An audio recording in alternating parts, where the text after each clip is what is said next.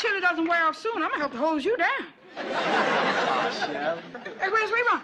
That's what we'd like to know. He's been gone for hours. He left to get us tickets for the Doobie Brothers concert. Hey, man, I can't wait to see him. Can you believe the Doobie Brothers are at our school, man? Well, I got my ticket. Waited in line all last night. Look at that.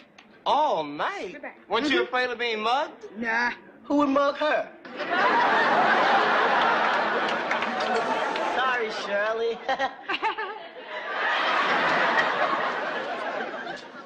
Well, where is Rerun? Maybe he got caught in traffic. No, Rerun is traffic. I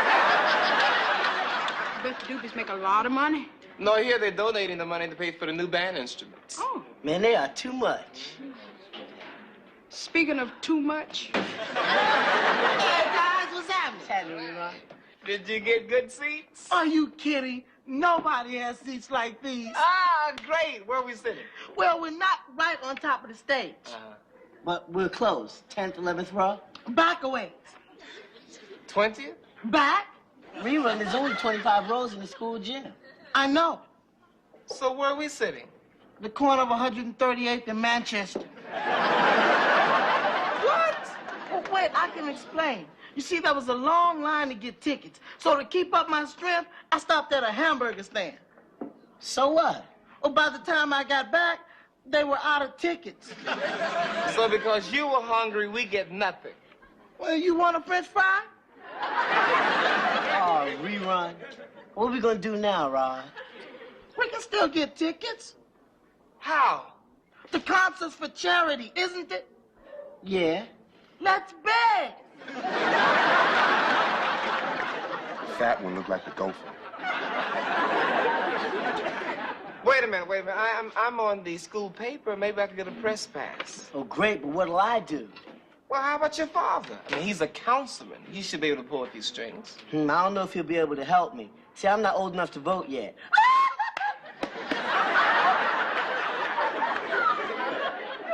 Come on, it's worth a try.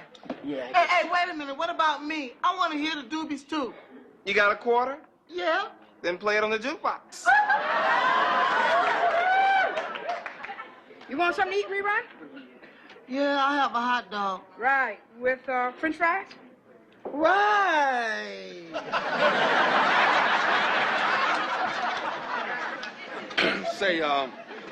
Say, brother, excuse me, I don't mean to seem nosy, but, I just heard that you couldn't get no tickets for the Doobie concert, man.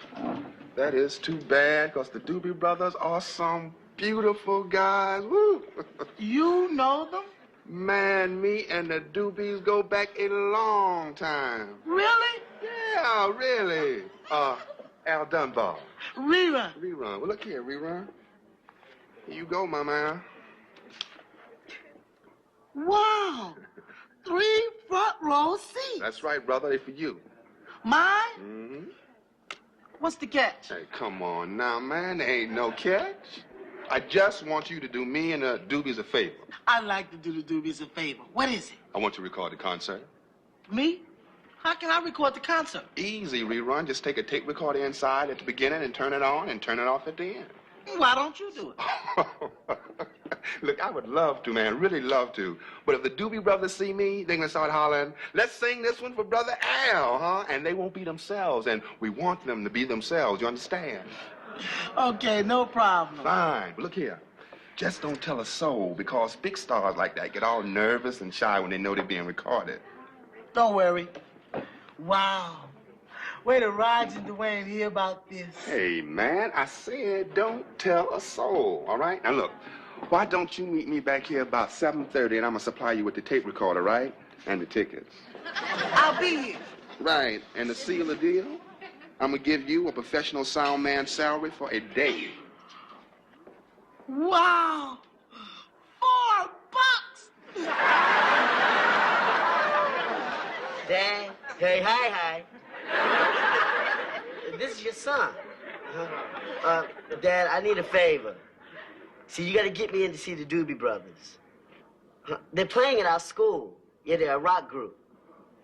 Well, that's sort of like an orchestra. Dad, how old are you? Never mind. Yeah, okay, right, bye. Sorry, Raj. Well, we still have one more chance. I'll call the Doobie Brothers and try to get a press pass from them.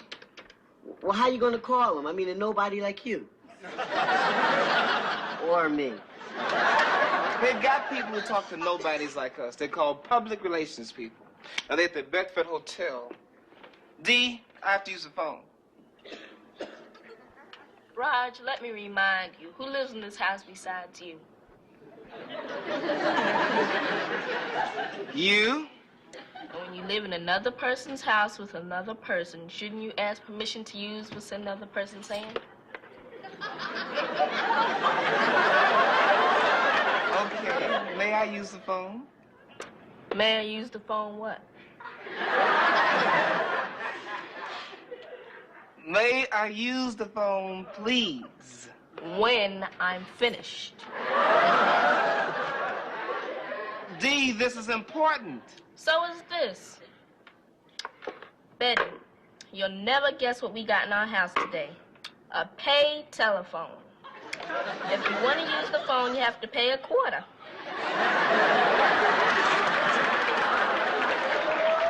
Oh, man, that's ridiculous. There. Bye.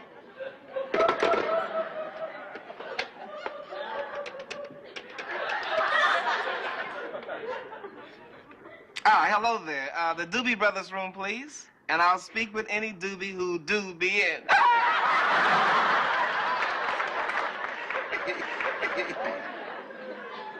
Hello there. I be Roger Thomas. Which Doobie you be? The pressman. Very good. I'm the editor of Jefferson High Gazette, the home and alma mater of a Doobie brother. And I like a press pass. Great! Great. Thank you. And you keep on pressing. You did it. You got us some tickets, Rob. No, I didn't.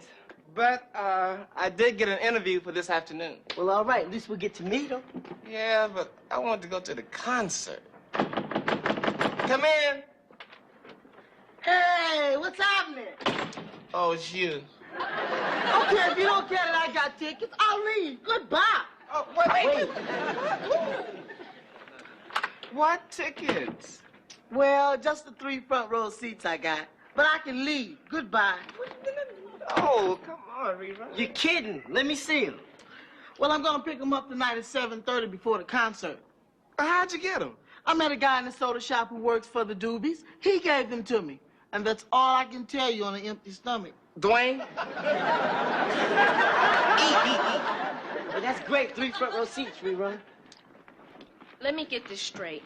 Rerun, you say some guy walked up to you in the soda shop and gave you 3 front row seat tickets free of charge with no strings attached. Yeah! And Raj, you believe him? Well, yeah. And Dwayne, you too. I guess so, yeah. You 3 really deserve each other. Roger, honey. Roger, I'm going to be out shopping for a while, and I want you to watch Dean till I get back. I've made other plans. Yeah, so have I. I'm interviewing the Doobie Brothers this afternoon. That happens to be my plan, too. D, you can't go. Mama, this is official business. I can't do that and watch her, too. Okay, go ahead, Raj. But just remember, there's a little girl in this big house with nothing to do but go in her brother's secret drawer. You can go. Well, now that that's all over, I'll see you 2 later. See you later, Miss Kitty. Okay. See you, Mom. Bye, baby.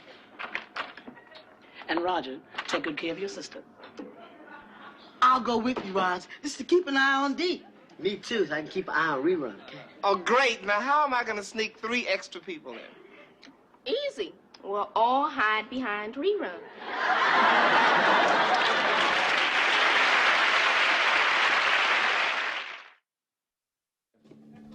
You want to try that? Yeah, you want to do another one?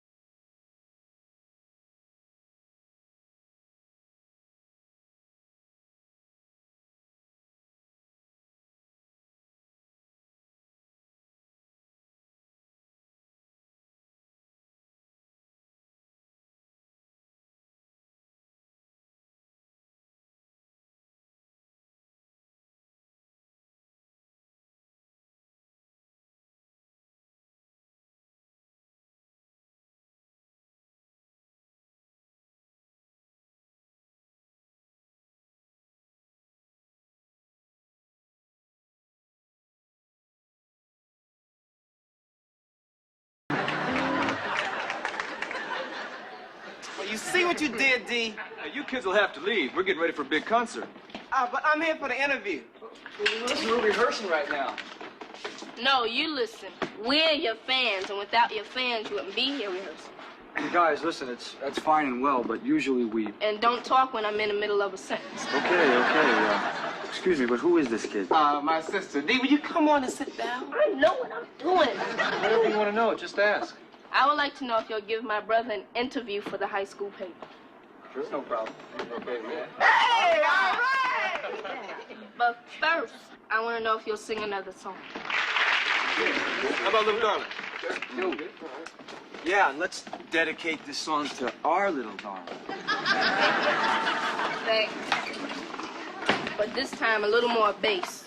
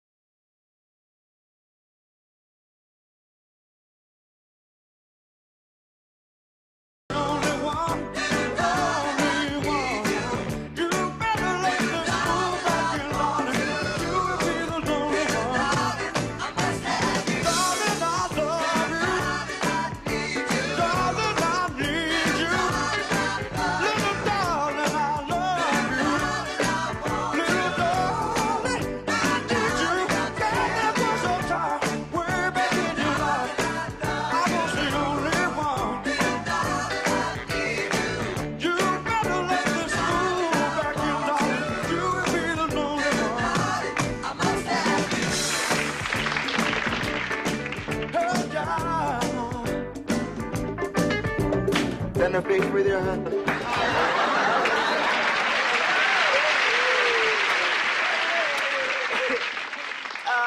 My name's, wow, the Doobie Brothers. Your name's Roger. He's my brother. I'm D.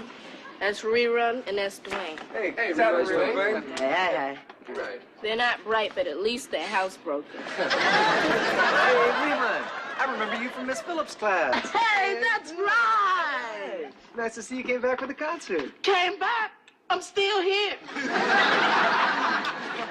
Can we get on with the interview? All right. Let me get you guys' names down, okay? Oh, I'm Keith. This is Michael. Jeffrey. Tyran. Patrick down at the end. Bobby. And this is John. Got it. The Doobie Brothers. What are you, a half-brother? No, we're not really related. We just sort of depend on each other, you know, a lot like you do with your brother Raj. You're in big trouble. Anyway, you guys are our favorite rock group. Hey, thanks.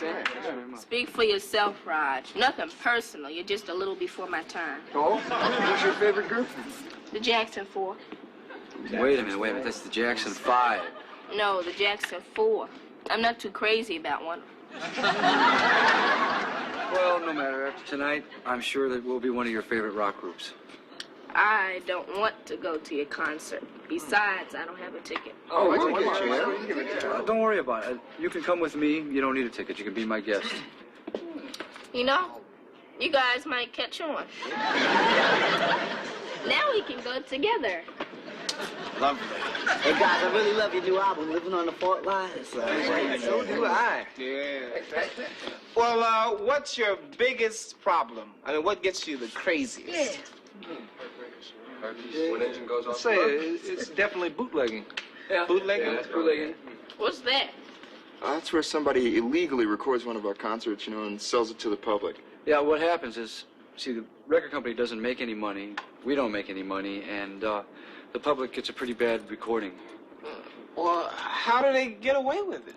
Well, the bootlegger gets some gullible, unsuspecting, stupid kid, gives him tickets and sets him up with a tape recorder to sneak in. Well, what's wrong with that? It's the law for one thing, Rerun. And for another, if we catch anybody doing it, he's going to go to jail for a long time. Right. Amen. Well, can you guys just yell at him?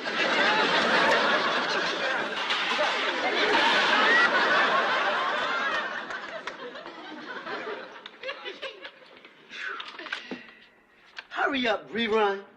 Raj, what's with him? He's been acting weird all the way home. Don't worry about it. Rerun! Man, this article's gonna be great. Hey, Raj, can I pose in the picture with the Doobies after the concert? Well, maybe we'll all pose in one. It'll be something to show our kids someday. Right, Rerun?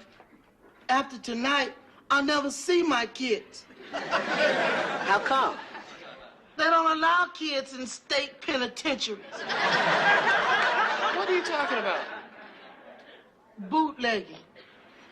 But why are you worried about that? All the Doobies said was that they usually set up some stupid kid with money, a recorder, and tickets. Ooh, Rerun, you're going to jail. Rerun, you mean you're getting the tickets from a real bootlegger? Well, maybe the guy I met really does work for the Doobies. And maybe my name's Olivia Newton-John. But what do you look like? A normal guy, just like me. You're in trouble, man. Well, look, there's no big deal, Rerun. We'll forget the tickets, we won't go to the concert, and tell them the whole thing's off. But I'm scared. The guy doesn't know where you live. No, he found me in the soda shop. Then he does know where you live.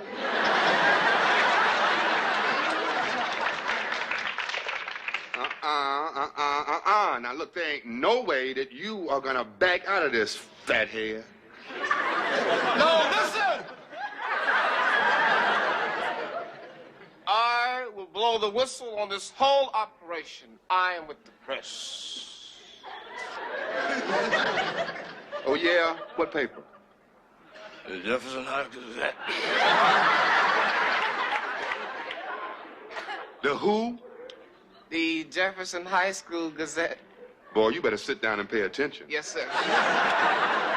Now, look, since your friend opened up his big mouth, you are all of you in this together. What did you say? Now, first, you turn the recorder on and off, right? And you, Oh, Mr. Dunbar, we really can't do this. Okay, kids, if you really can't do it, it's fine with me. But see, you're gonna have to tell Brother Bruno here that he's not gonna get paid. Brother Bruno, would you please pull up a chair so I can talk to you? Sure.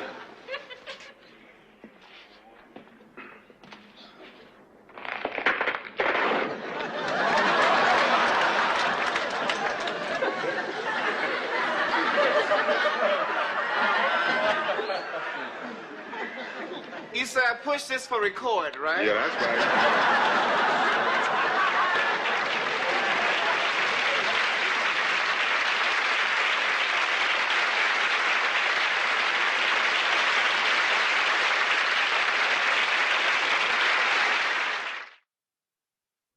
Next on What's Happening, Rerun gets in more trouble with the Doobie Brothers. Okay, the tape recorder's all set. How do I look? Like the Bionic Mountain.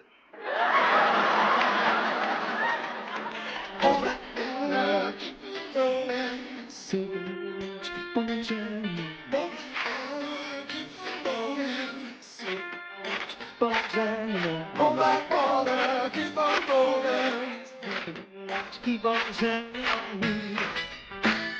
Keep on shining.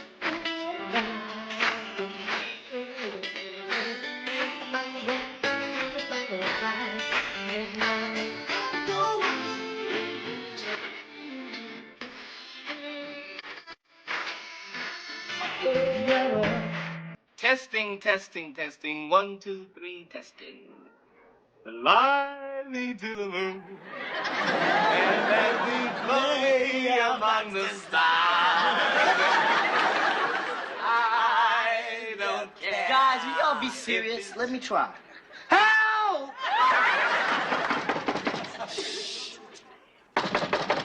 There's nobody in here. Boy, you better open that door.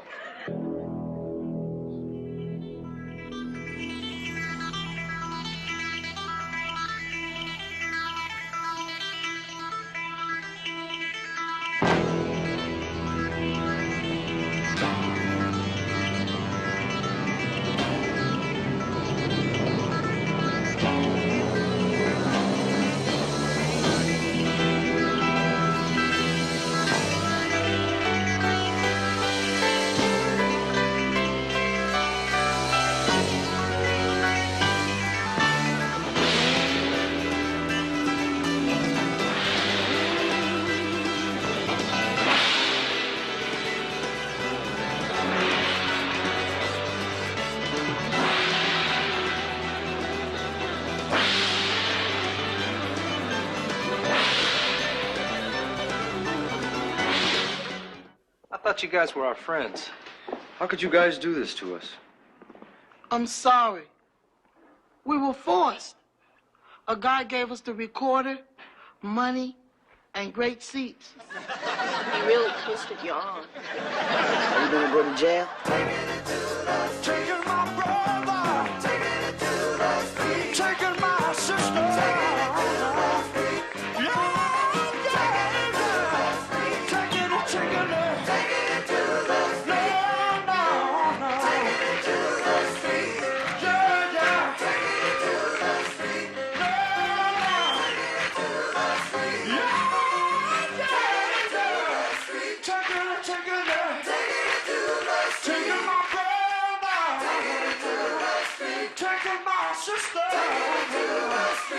Look, we really were forced. They said if we didn't do it, they'd hurt us. Hey, you expect us to believe that? Look, he may be dumb, but he doesn't lie. Was his name Al Dunbar by any chance? Yeah, how'd you know? Because that was the guy that taped our concert in St. Louis. Yeah, and our L.A. concert.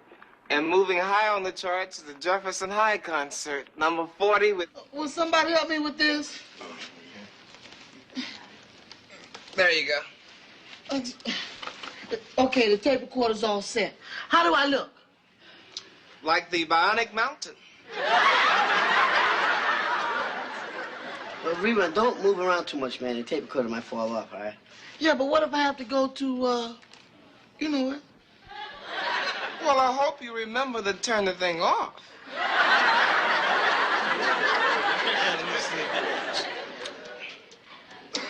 Testing, testing, testing. 1, 2, 3, testing. Fly me to the moon and let me play among the stars. I don't care. Guys, you gotta be serious. Let me try. Help! Shh. There's nobody in here. Boy, you better open that door. Hey, come on in. I didn't know it was you. Yeah, you all ready yet?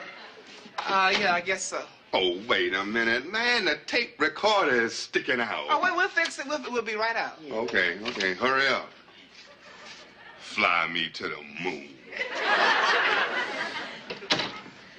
Well, you all set, Rerun? Yeah, just 1 second. Dwayne, hand me that popcorn over in the bag.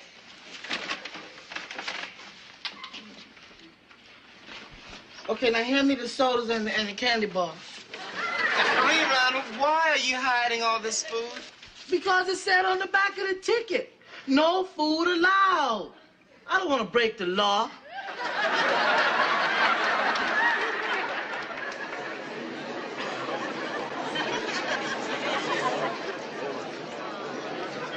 Hey, hi, Rod, Dwayne, Dee, Rerun. You guys sure got good seats. How'd you do that? Don't blame me. It wasn't my fault. Just lucky, I guess. Yeah, you look like the Wheel of Fortune. Ladies and gentlemen, the Doobie Brothers.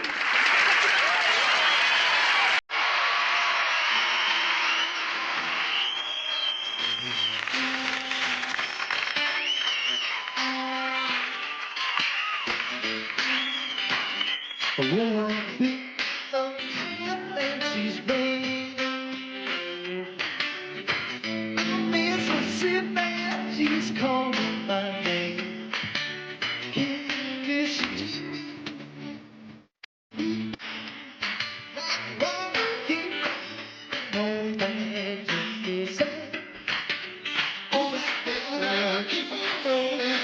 So keep on shining. Keep on shining. Oh my father, keep on rolling. Keep on shining. Keep on shining. I'm gonna make everything alright. And now ain't got no worries.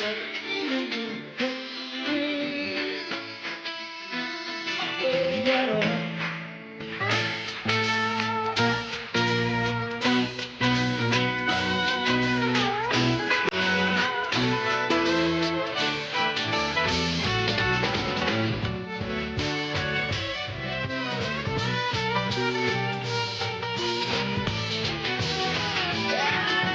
It's all that Dixieland from the by the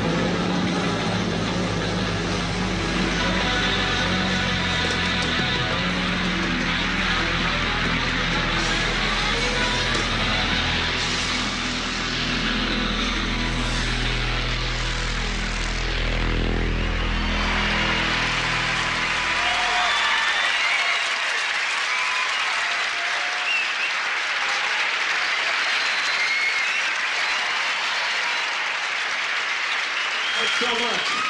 All right. Before we play our last song, I'd like to thank you all for coming. It's been really great being back at the old high school. Yeah. Right. They taught me lots of things here. Learned a lot about geometry, history. In phys ed, I learned how to wrestle a girl into the backseat of my car. But seriously, I got my love of music right here at this school. It's important to stay here and learn and experience things, so stick with it.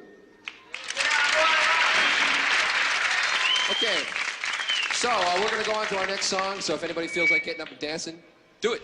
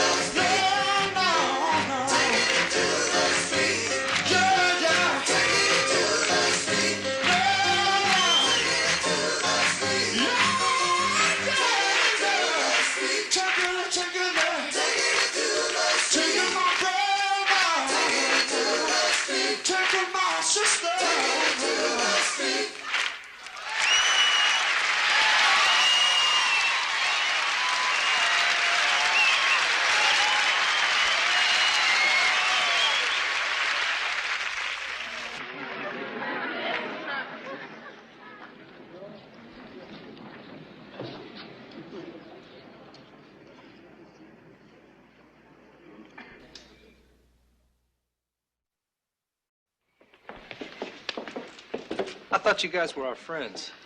How could you guys do this to us? I'm sorry. We were forced. A guy gave us the recorder, money, and great seats. He really twisted your arm. Are we gonna go to jail? And how do I know? What would you do if you were in our shoes? Well, I just sent us home and laugh it off.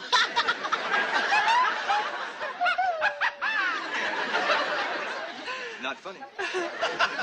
I didn't think so either. Look, we really were forced. They said if we didn't do it, they'd hurt us. Hey, you expect us to believe that? Look, he may be dumb, but he doesn't lie. Was his name Al Dunbar by any chance? Yeah, how'd you know? He was the lowlife that recorded our concert in St. Louis. Yeah, and our L.A. concert. Right. And moving up on the charts is the Jefferson High concert, number 40 with 3 bullets. You guys meeting him somewhere? In the soda shop to give him his tape. The soda shop. Yeah. Yeah. Got it. You guys go ahead and make your delivery. Yeah, we wouldn't want to disappoint the man. You mean you want us to give him the tape? Yeah. Should we call the police first? No, I think we'd like a bite to eat. Maybe we'll stop by the soda shop. You better eat first. You don't want to go by the soda shop on an empty stomach.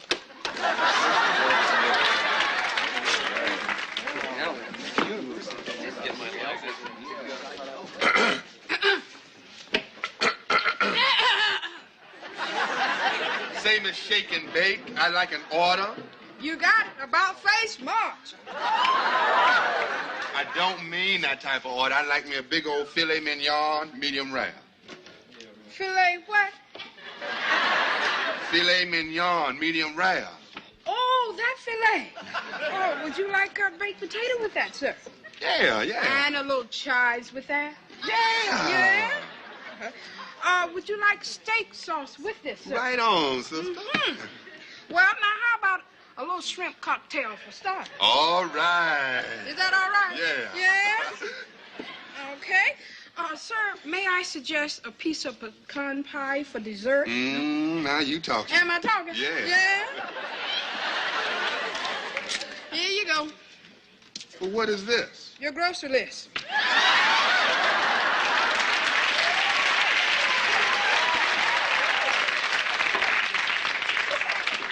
You see, the supermarket's down the street to the left.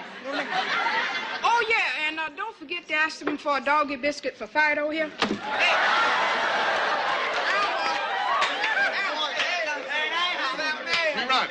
Rerun. Oh, wow. What's happening? Mr. Dunbar, the concert was really great. Yeah, I bet it was. Like, I'll listen to it later. Right now, I got to go, okay? But wait a minute. You don't know what you missed. First they sang a song, you know. And then they sang another song, you know what I mean? Yeah. And wait, don't leave till you hear this. That guy, a Pat, that comes from the school, stood up and said, hey, and did the hand. I bet it was time. I got to go. Where's the tape? Yeah, then the curtain opened up, you know, and then they sang Black War. Black War. Yeah, well, where's the tape? I like that. And then, wait a minute. Then John came out with the torch to hit the gong. And boom. I don't want to hear no boom. A lot of smoke and a lot of coughing. A lot of coughing, a lot of smoke around there. Then Mike said, taking it to the streets. I don't care. I don't got time. Wait a minute. And then Leroy got up and did the funky chick. I jumped up on the stage and I started doing All right, cut it. Now, I don't have time for this. I want you to give me the tape now.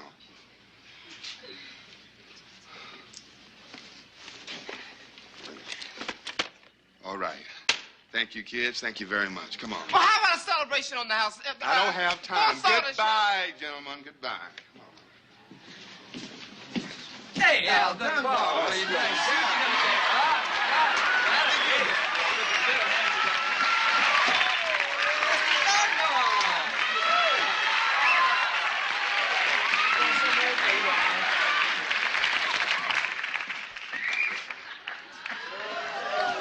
Hey, the mystery producer. We'll take care of him now. Here's your tape. Listen to this thing. Yeah, I hear this is a real good band. Yeah.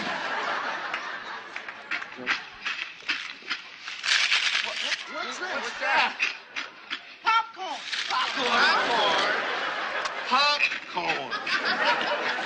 Yeah, it would have been quieter, but I forgot the butter. You mean to tell me I'm going to jail for a long time and all I got to show for it is a tape of a fat kid eating popcorn? Wait a minute, there's no music on there. Fly me to the moon.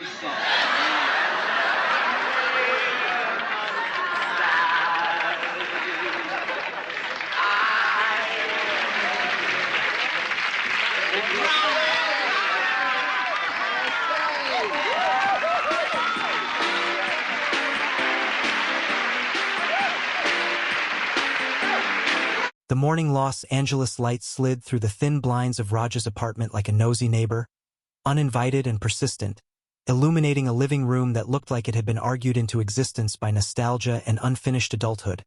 Because what's happening now was never about people who had everything figured out. It was about people who had figured out how to keep moving anyway, and Raj, older now, heavier in the shoulders, softer in the eyes, stood barefoot on the carpet staring at a coffee mug that had gone cold while he replayed last night in his head, the way a single joke had detonated into a philosophical debate, the way a harmless question about responsibility had turned into an argument about freedom, and the way the word doobie, spoken half jokingly, half seriously, had become a symbolic grenade none of them could stop tossing back and forth, because it was never really about the doobie, it was about choice, about whether growing older meant choosing less or choosing better. And when Raj finally lifted the mug and took a sip, he grimaced, not just at the bitterness but at the realization that this phase of life tasted like that too, strong, a little burnt, but still necessary if you wanted to wake up at all.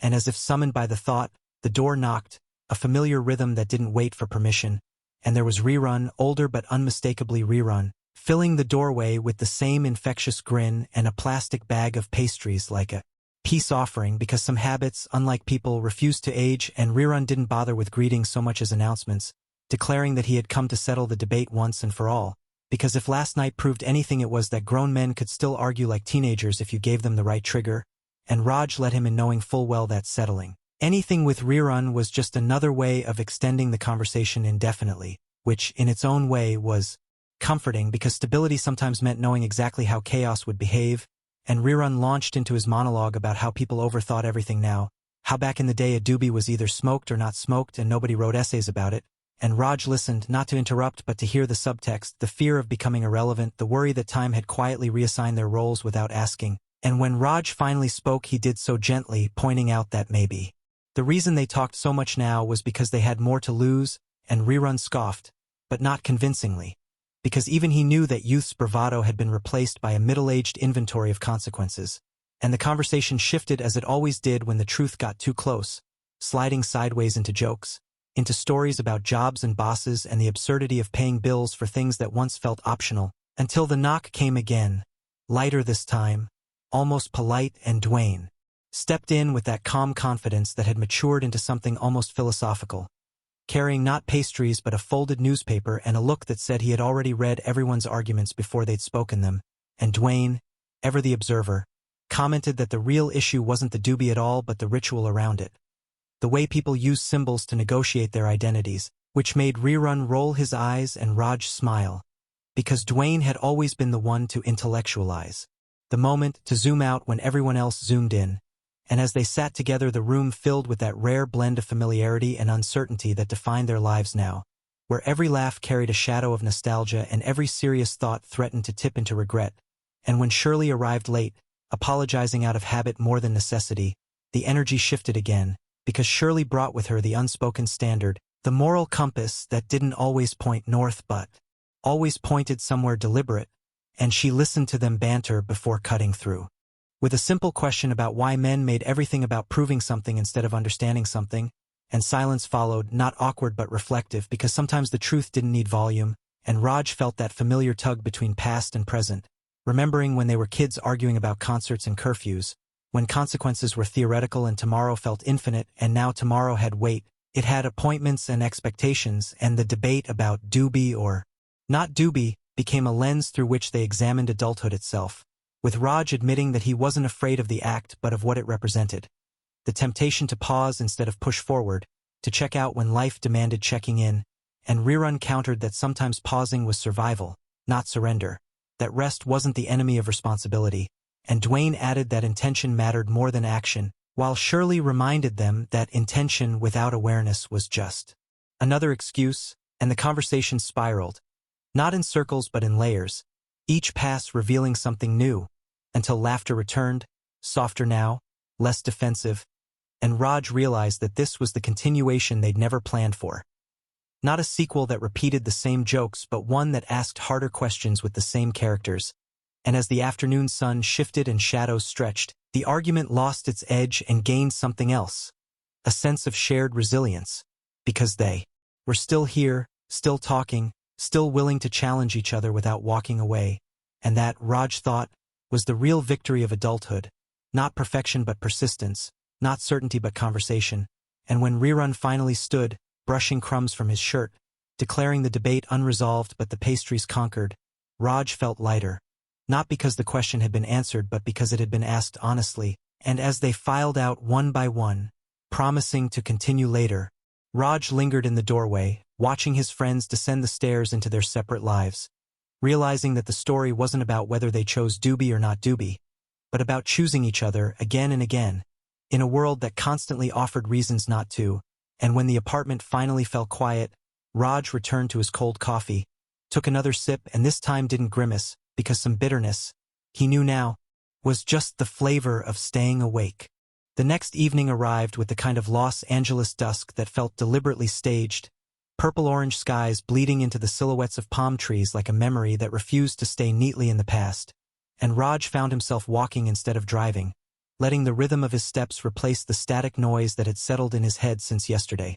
Because after the conversation had ended, it hadn't really ended at all. It had simply gone underground, resurfacing in fragments during phone calls, in half-written emails he never sent, in the way he paused longer than usual before answering simple questions. And tonight they were meeting again, not because anyone had formally planned it, but because gravity had a way of pulling familiar bodies back into the same orbit.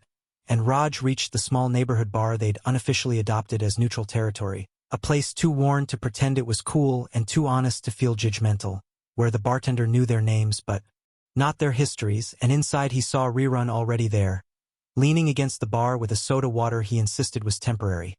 A declaration made loudly enough that everyone knew he was trying to convince himself as much as anyone else, and Rerun greeted Raj with exaggerated suspicion, accusing him of secretly rehearsing arguments all day, which Raj denied even as he knew it was partly true, because thinking had become his vice of choice, a habit no one warned you about when you were young. And soon Dwayne arrived, calm as ever, offering a nod that felt like punctuation, followed by Shirley, who scanned the room before sitting as if taking inventory of the emotional weather. And for a moment they simply existed together, the silence not uncomfortable but anticipatory, like the pause before music resumes after the needle lifts from vinyl. And it was Rerun who broke it, not with philosophy but with a story about his job, about a younger coworker who treated deadlines like suggestions and adulthood like a myth. And as he spoke, irritation gave way to something closer to envy, because beneath the complaint was admiration for that reckless ease, that unearned confidence that tomorrow would sort itself out. And Shirley called him out on it immediately, pointing out that he didn't want to be young again. He wanted the permission youth gave him to fail without consequence, and Rerun laughed but didn't deny it, because denial had become exhausting, and Raj felt the conversation sliding naturally back toward the larger theme, not because they pushed it there but because it lived there now, in the gap between who they were and who they'd imagined becoming.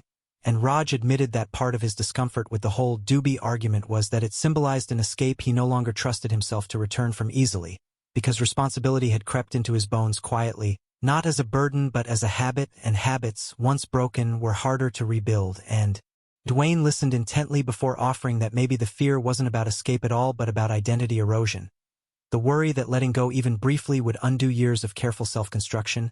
And Shirley nodded, adding that society sold the lie that growth was linear, that once you reached a certain stage you were supposed to lock the door behind you, no backward glances allowed. And Raj realized how rarely they'd spoken this plainly before, how jokes had always served as armor, deflecting vulnerability with humor, and now the armor felt heavier than the wounds it protected, and the bartender set drinks down without comment, as if sensing that this table didn't need interruption, and Rerun stared at his glass, swirling ice thoughtfully, before confessing something unexpected, that his bravado wasn't about rebellion but about fear of stagnation, that routine scared him more than mistakes ever had, because mistakes implied motion, while routine implied settling, and the word settling hung in the air, heavy with personal definitions, because for Raj it meant compromise, for Shirley it meant conscious choice, for Dwayne it meant context, and for Rerun it meant surrender.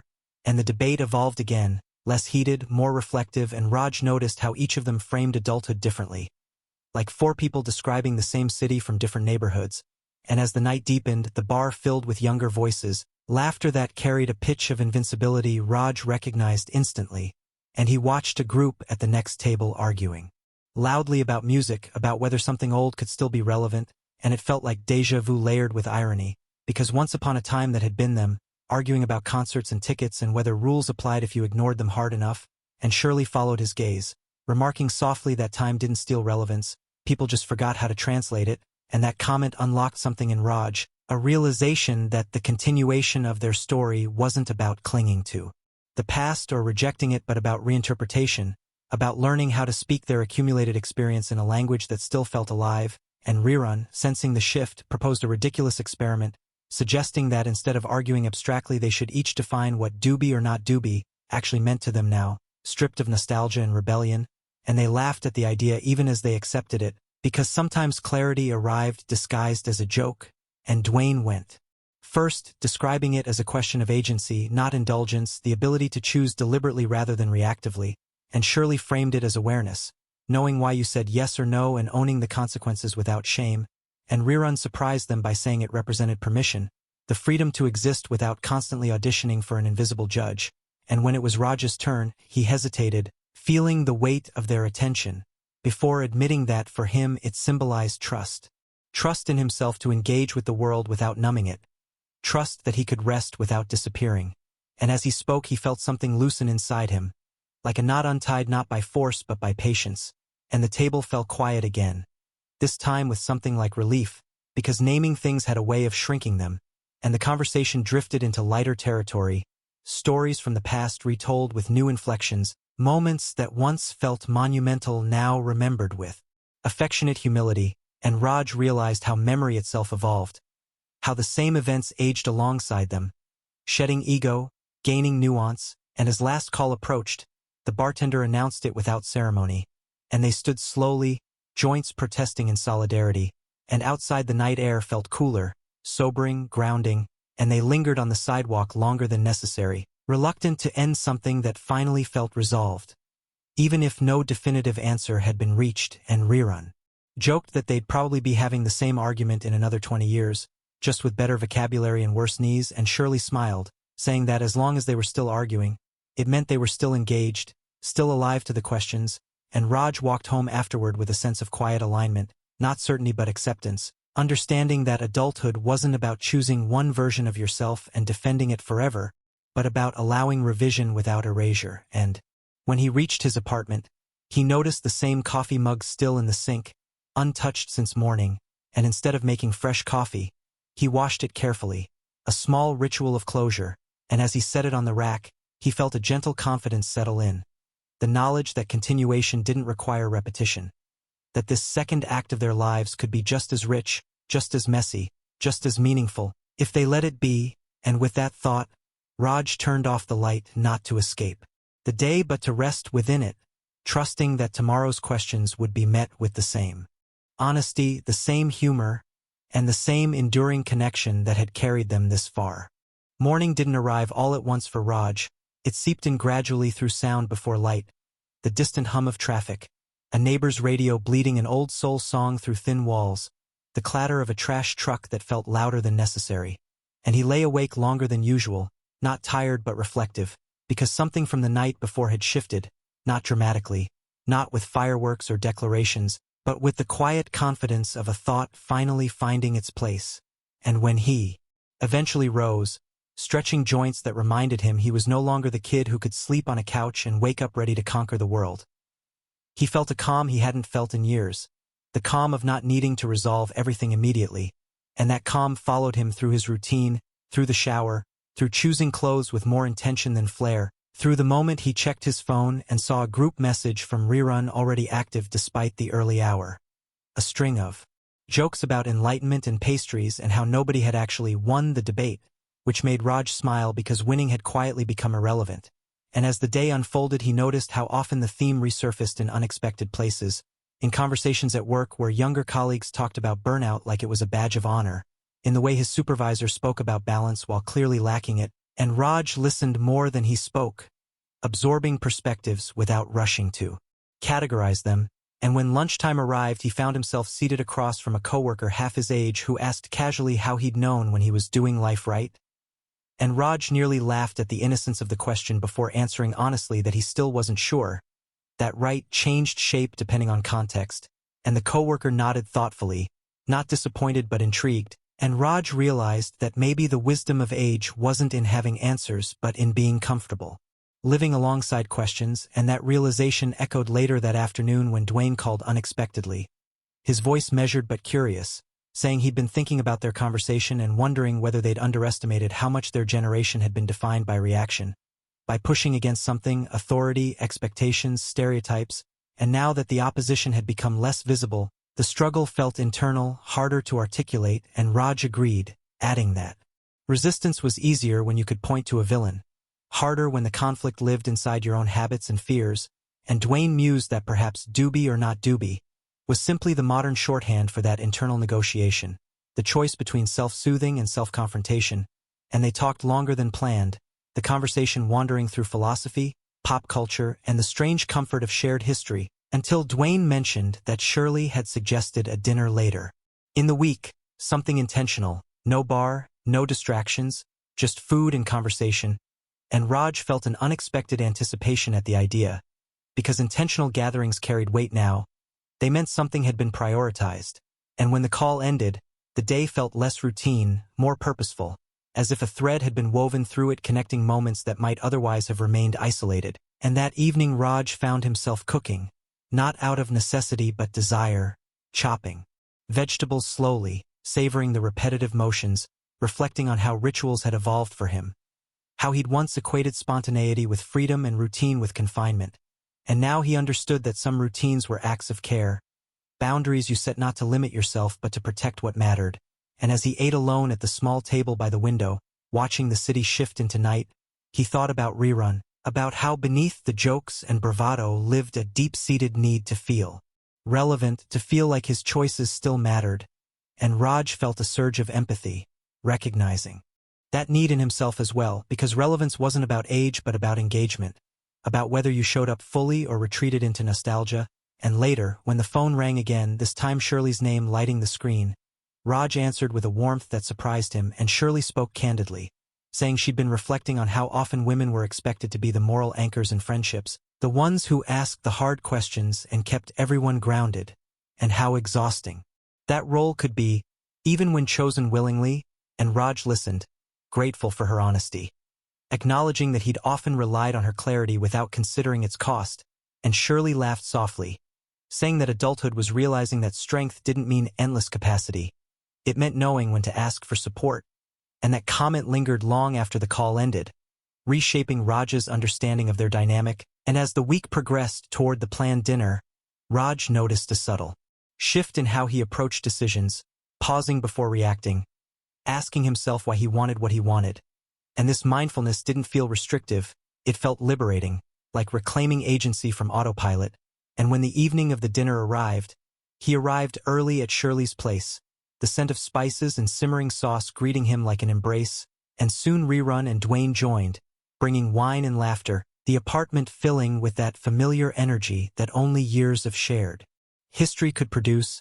And they ate slowly, conversation unfolding organically, touching on careers, relationships, regrets that no longer burned but still informed, and inevitably, the theme returned, not as an argument but as a shared reference point, a shorthand for a larger conversation about how to live intentionally in a world that constantly offered distractions disguised as rewards. And Rerun surprised them again by admitting that he'd started taking long walks instead of numbing evenings with noise.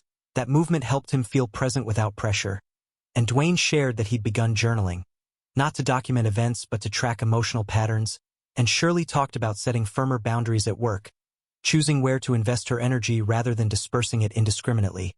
And Raj felt a quiet pride listening to them, not because they'd changed dramatically but because they were changing consciously. And as dessert was served and the night deepened, laughter returned in waves, stories retold with affection rather than bravado.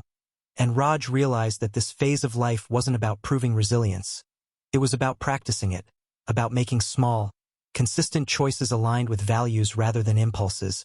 And when the evening ended and they stood lingering by the door, reluctant to break the circle, Shirley remarked that perhaps the real sequel to their youth wasn't rebellion but responsibility chosen freely. And Rerun joked that nobody had warned him responsibility would be this philosophical, and Dwayne smiled, adding that philosophy was just curiosity that refused to retire. And as Raj walked home under the streetlights, he felt a sense of grounded optimism, not naive, not inflated, but steady, the kind that came from understanding that growth didn't require erasing who you'd been, only integrating it thoughtfully. And when he reached his apartment and sat in the quiet, he didn't feel alone, he felt connected, tethered to a narrative still unfolding, one conversation at a time, and before sleeping, he wrote a single line on a scrap of paper and left it on the table, not as a rule but as a reminder, choose awareness over autopilot. And with that, Raj closed his eyes, not to escape the questions ahead, but ready to meet them, trusting that whatever choices lay before him, he'd face them awake. The following weekend unfolded with an unexpected sense of momentum, the kind that didn't rush but carried intention in its wake. And Raj woke earlier than usual not because of obligation but because his mind felt quietly alert, as though something inside him had decided that stagnation was no longer acceptable even in sleep. And he lay there briefly, listening to the building wake up around him, doors opening, pipes humming, distant conversations drifting through open windows, all the ordinary. Sounds that had once blended into background noise now registering as markers of shared existence. And when he finally rose, he noticed how his body responded differently to the day, less resistance, more cooperation, as if the conversations of the past week had recalibrated something fundamental. And that sense followed him through breakfast, through the deliberate act of choosing what to do with his free hours, because adulthood, he was learning, was defined less by what you had to do and more by what you chose to do when no one was watching, and almost as if on cue.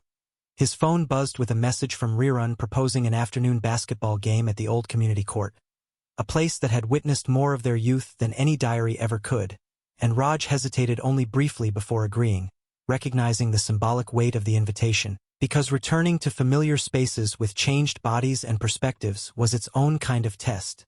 And when he arrived at the court, later that afternoon, the sun sat high but forgiving, casting long shadows that stretched like memories across cracked pavement, and the court itself looked smaller than he remembered, or perhaps he had simply grown more aware of its limits, and Rerun was already there, stretching with exaggerated seriousness, joking that he was preparing like a professional athlete now that injuries took longer to forgive, and Dwayne arrived soon after, calm as ever, while Shirley sat on the nearby bleachers, insisting she was there for moral support rather than participation, though everyone knew she could still hold her own if she chose to, and as they began to play, the initial minutes were awkward, muscles protesting movements they once executed effortlessly, lungs burning sooner than pride would admit, but gradually rhythm returned, not the frantic energy of youth but a measured pace that prioritized enjoyment over dominance, and Raj found himself laughing out loud when he missed an easy shot, not embarrassed but amused, because the stakes had shifted, and that shift felt liberating, and between plays they talked, not about the past but about the present, about how strange it felt to revisit old passions without the pressure of proving anything, and Rerun admitted that coming back to the court wasn't about reclaiming youth but about honoring continuity, about acknowledging that joy didn't expire simply because the context changed, and Shirley chimed in from the sidelines, observing that watching them play now felt different, less performative, more authentic, and Raj realized she was right, that the absence of an audience, real or imagined, had stripped the activity down to its essence, movement, connection, presence, and after an hour they sat together on the edge of the court, sweating in content, sharing water bottles like relics of a simpler time, and the conversation drifted, naturally, back to the theme that had been quietly evolving into a framework for their lives, and Dwayne remarked that physical exertion clarified mental clutter, that sometimes the best way to resolve abstract questions was through embodied experience, and Raj nodded, feeling that truth resonate, because playing had reminded him that awareness wasn't purely intellectual. It lived in the body as much as the mind, and as they packed up to leave, an older man approached them, someone Raj vaguely recognized as a fixture from years past, and the man commented warmly on how good it was to see the court being used again, reminiscing briefly before moving on, and that brief interaction lingered, a reminder that time layered meaning onto places, that presence itself contributed to a living archive, and later that evening, as Raj returned home, he felt a pleasant fatigue settle in, the kind that came from engagement rather than depletion, and he showered slowly, letting the day wash off him, reflecting on how small choices, like agreeing to a game, could recalibrate an entire mood, and as he dressed, his phone rang again, this time a group call initiated by Dwayne, who proposed something more ambitious, a weekend retreat of sorts, not far, just a quiet place away from the city where they could unplug intentionally, talk without interruption, maybe even sit with silence, and Raj felt a flicker of apprehension at the idea, because silence, once embraced, could also confront, and Rerun voiced a similar concern, joking about how he wasn't sure he trusted himself alone with his thoughts for that long, and Shirley responded thoughtfully, saying that avoidance was often disguised as humor, and perhaps the retreat wasn't about answers but about listening. And that word, listening, settled over the group like a challenge and an invitation, and after some discussion, they agreed tentatively, acknowledging both curiosity and resistance. And as the call ended, Raj sat alone on his couch, the quiet of the apartment suddenly more pronounced, and he considered how far they'd come from the original debate, how the question had expanded beyond its initial framing into a broader inquiry about intentional living, and he realized that the fear he once associated with introspection had softened, replaced by a cautious respect, because awareness, he was learning, didn't demand immediate change, it simply illuminated patterns, and patterns, once seen, offered choice, and the following days passed with a subtle sense of anticipation. Raj preparing mentally for the retreat by noticing his habits, how often he reached for distraction when discomfort surfaced, how quickly he filled empty moments with noise, and instead of judging himself, he observed with curiosity, and that curiosity became a quiet companion. And when the weekend finally arrived, they met early, loading bags into Dwayne's car, the mood light but purposeful, and as they drove away from the city, buildings gave way to open space, the horizon widening as if to accommodate the conversations they hadn't yet had, and during the drive, stories flowed easily, punctuated by comfortable silences, and Raj noticed how silence no longer felt like a void to be filled but a space to be inhabited.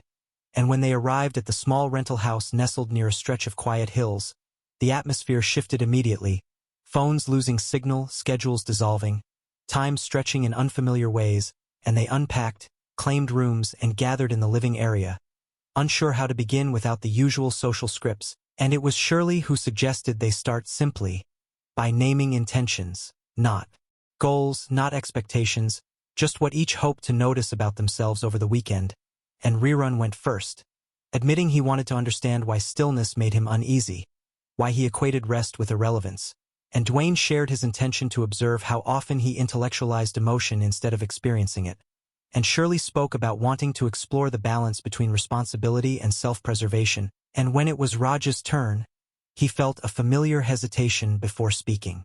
Honestly, saying he wanted to trust his own capacity to engage with life without numbing or over-controlling it, to find a middle path between vigilance and surrender, and as he spoke, the words felt less like a confession and more like a commitment, and the group received it without comment, the absence of reaction itself a form of respect, and as the day unfolded, they cooked together, walked the surrounding trails, sat on the porch watching light shift across the hills, conversations emerging. Organically, sometimes deep, sometimes playful, and Raj noticed how the absence of constant stimulation sharpened his senses, colors brighter, sounds clearer, emotions more immediate, and he felt gratitude for this shared experiment, this willingness to step outside habitual patterns together, and that night, as they sat around a small fire pit, the crackling flames casting flickering shadows, Rerun broke the quiet with an observation that felt both simple and profound, that maybe the question was never about choosing Doobie or not Doobie, but about choosing presence or absence, and Raj felt that statement resonate deeply, because it reframed everything without negating anything, and as the fire burned low and the night grew cool, they sat together in companionable silence, each absorbed in private reflection yet connected by shared intention, and Raj realized that this chapter of their lives wasn't defined by answers but by practices, by the daily, often unremarkable choices to show up, to listen, to engage, and as he finally lay down to sleep in the unfamiliar quiet, he felt a sense of alignment that didn't demand permanence, only honesty, and before drifting off, he acknowledged a subtle but significant shift within himself, the realization that awareness wasn't a destination but a discipline, one he was finally willing to practice, not perfectly, but sincerely, alongside friends who had chosen to walk the same uncertain path. And in that acceptance, Raj found a quiet confidence, knowing that whatever questions awaited them next, they would meet them not as boys clinging to the past, nor as men afraid of change, but as evolving individuals committed to staying awake in their own lives. Morning at the retreat arrived without ceremony. No alarms, no traffic, just a gradual brightening that filtered through thin curtains and settled gently on Raj's closed eyelids. And when he woke, he didn't immediately reach for his phone. Not because he was trying to be disciplined, but because for once the impulse simply wasn't there, replaced by an unfamiliar but welcome stillness. And he lay there listening to the quiet house breathe, the faint creak of wood as someone shifted in another room, the distant call of a bird he couldn't identify, and he realized how rarely he allowed mornings to unfold without intrusion. How often he filled the first moments of consciousness with other people's priorities. And this awareness didn't arrive as guilt but as clarity, and when he finally rose and stepped outside, the air felt cooler than expected, sharp and clean, carrying the scent of earth and leaves, and the hills stretched out before him in muted greens and browns, unremarkable yet grounding, and Raj stood there longer than necessary, not waiting for inspiration but letting sensation anchor him. And eventually the others joined, Rerun yawning dramatically as if sleep itself had personally offended him, Dwayne quiet but alert, Shirley already composed, a mug of coffee in hand like a ritual object, and they gathered around the small outdoor table, sipping coffee slowly, conversation minimal, because something about the morning discouraged performance. And in that shared, quiet Raj sensed a collective recalibration, as if each of them was renegotiating their relationship with time. And after breakfast, Shirley suggested a walk, not a hike, not a destination-oriented activity, just movement, and they followed a narrow path that wound gently through the hills, the terrain forgiving, the pace unhurried, and as they walked, conversation emerged in fragments, observations about the landscape, jokes about sore muscles. But beneath it all ran a current of reflection, and Raj found himself thinking about how movement without competition felt strangely intimate, how walking side by side allowed space for thought without demanding articulation, and eventually Rerun broke the silence with an admission that surprised no one yet carried weight, that he'd always equated being still with being left behind, that growing up he'd learned to stay loud and visible to avoid disappearing, and saying it aloud felt like loosening a knot he'd carried for decades. And Shirley responded not with advice but acknowledgement, noting how survival strategies often outlived the circumstances that created them, and Dwayne added that awareness didn't invalidate those strategies, it simply gave you the option to update them, and Raj felt that statement resonate deeply, recognizing his own tendency to overanalyze as a shield forged in earlier uncertainty, and as they continued walking, he noticed how the landscape subtly mirrored their conversation, paths branching and rejoining, open stretches giving way to shaded ones, and it struck him that adulthood wasn't about choosing a single path and staying on it rigidly but about learning how to navigate intersections thoughtfully. And when they returned to the house later, energized rather than fatigued, the group settled into separate corners for a while, not out of avoidance but respect for individual processing, and Raj took a seat by a window, notebook in hand, not to document events but to capture impressions, phrases, questions, and as he wrote, he noticed how his thoughts flowed more freely without the pressure of coherence, how uncertainty could coexist with insight, and this gentle practice felt less like self-improvement and more like self-accompaniment. And later, when they reconvened for lunch, the conversation picked up organically, lighter but no less meaningful, and Rerun shared a story from his youth he'd never told them before, about a moment when he'd chosen humor over honesty and how that choice had echoed through subsequent relationships, and he spoke without self-flagellation, simply naming the pattern, and Raj admired that restraint, recognizing how naming without judgment created space for growth, and Shirley reflected on how often people expected transformation to be dramatic, when in reality it was incremental, composed of small, often invisible shifts, and Dwayne connected this idea back to their ongoing metaphor, suggesting that the Doobie question had functioned as a catalyst precisely because it was mundane, because it disguised a larger inquiry within an ordinary decision, and Raj realized that much of life's meaning was hidden that way, in choices that seemed trivial until examined, and the afternoon unfolded slowly, punctuated by moments of shared activity and solitary reflection. And Raj noticed how the absence of urgency softened his internal dialogue, how thoughts arrived without crowding each other, and he began to understand that presence wasn't about forcing attention but about removing obstacles to it. And as evening approached, they prepared dinner together, the kitchen filling with warmth and familiar chaos, and Rerun took on the role of enthusiastic assistant, narrating his actions like a cooking show host, eliciting laughter that felt unforced, and Raj realized how laughter itself had evolved, less performative, more connective, and over dinner they talked about relationships, not just romantic but platonic, familial, professional, examining how expectations shifted over time, how boundaries became acts of respect rather than rejection, and Shirley spoke about learning to say no without apology, reframing refusal as clarity rather than conflict, and Raj felt a pang of recognition, realizing how often he'd said yes to avoid discomfort rather than from genuine willingness, and as the conversation deepened, they touched on regret, not as a source of shame but as a teacher, and Dwayne observed that regret often signaled misalignment rather than failure, a reminder of values rather than a verdict on character, and Raj felt something ease inside him at that thought, understanding that his past missteps didn't define him but informed him, and as night fell, they returned to the fire pit, the flames once again providing a focal point, and this time the conversation turned inward, each of them sharing a moment from the past week that had surprised them, and Raj spoke about how he'd noticed his impulse to fill silence and how allowing it to exist had changed the texture of his days. And Rerun admitted he'd been practicing sitting without distraction for short periods, discovering that discomfort often peaked and passed if he didn't immediately escape it, and Shirley shared that she'd begun reevaluating her relationship with responsibility, distinguishing between obligation and self-imposed pressure, and Dwayne talked about noticing how often he framed experiences intellectually to maintain control, and how allowing himself to feel without immediate analysis had been both unsettling and freeing, and as they spoke, Raj felt a profound sense of gratitude, not just for the honesty but for the mutual trust that made it possible, and he realized how rare it was in adulthood to have spaces where vulnerability wasn't currency but communion, and as the fire died down and they sat in silence, Raj reflected on how this retreat hadn't provided answers but had sharpened questions, and that felt like progress because questions invited engagement while answers risked closure, and when they eventually went to bed, Raj lay awake briefly, listening to the quiet once more, and he thought about how the metaphor that had started all of this had shifted shape,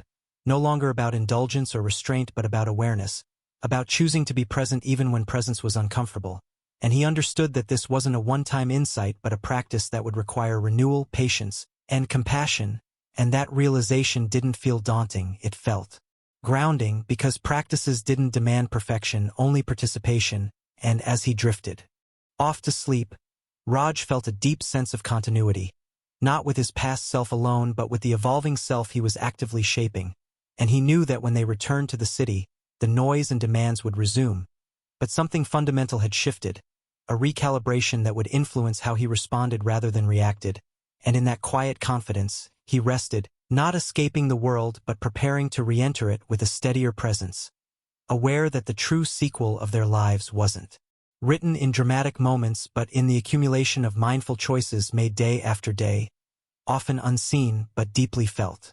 The drive back from the retreat unfolded in a subdued rhythm that felt intentionally unhurried, the car moving through widening roads and gradually thickening traffic as the city reclaimed its presence, and Raj watched the landscape shift from open hills to clustered buildings with a sense of calm vigilance, aware that this transition was more than geographic, it was psychological, because re-entry always tested what reflection had planted, and as they drove, conversation flowed in intervals, bursts of humor followed by stretches of silence that no longer felt awkward but necessary, and Rerun broke one such silence by joking that the retreat had officially ruined his ability to tolerate unnecessary noise, which made Shirley laugh and Dwayne nod thoughtfully, and Raj recognized the truth in it, how sensitivity increased when you allowed yourself to feel fully, and when they finally arrived back in the city and said their goodbyes, there was no dramatic farewell, just a shared understanding that something meaningful had occurred and that its real impact would be measured in what followed, not what had passed, and Raj returned to his apartment feeling both grounded and alert, noticing how the familiar space felt subtly different, not because it had changed but because he had, and that evening he resisted the urge to distract himself, choosing instead to unpack slowly, folding clothes with care, placing objects deliberately, as if order itself were a form of respect, and he slept deeply that night, not the heavy sleep of exhaustion but the restorative sleep of alignment, and the next morning the city greeted him with its usual insistence, horns, sirens, overlapping voices, and Raj felt a momentary tightening in his chest before remembering to breathe, to orient himself intentionally, and he moved through his morning routine with awareness, noticing impulses without obeying them automatically, and this awareness followed him to work, where the pace was fast, and the expectations unrelenting, and Raj observed how easily old patterns threatened to reassert themselves, the reflex to multitask compulsively, to equate busyness with value, and instead of resisting forcefully, he softened his approach, focusing on one task at a time, and this shift didn't go unnoticed, a coworker commenting that he seemed unusually calm, and Raj smiled, unsure how to explain that calm wasn't the absence of pressure but the ability to relate to it differently. And during a break he checked his phone and saw messages from the group chat already active again.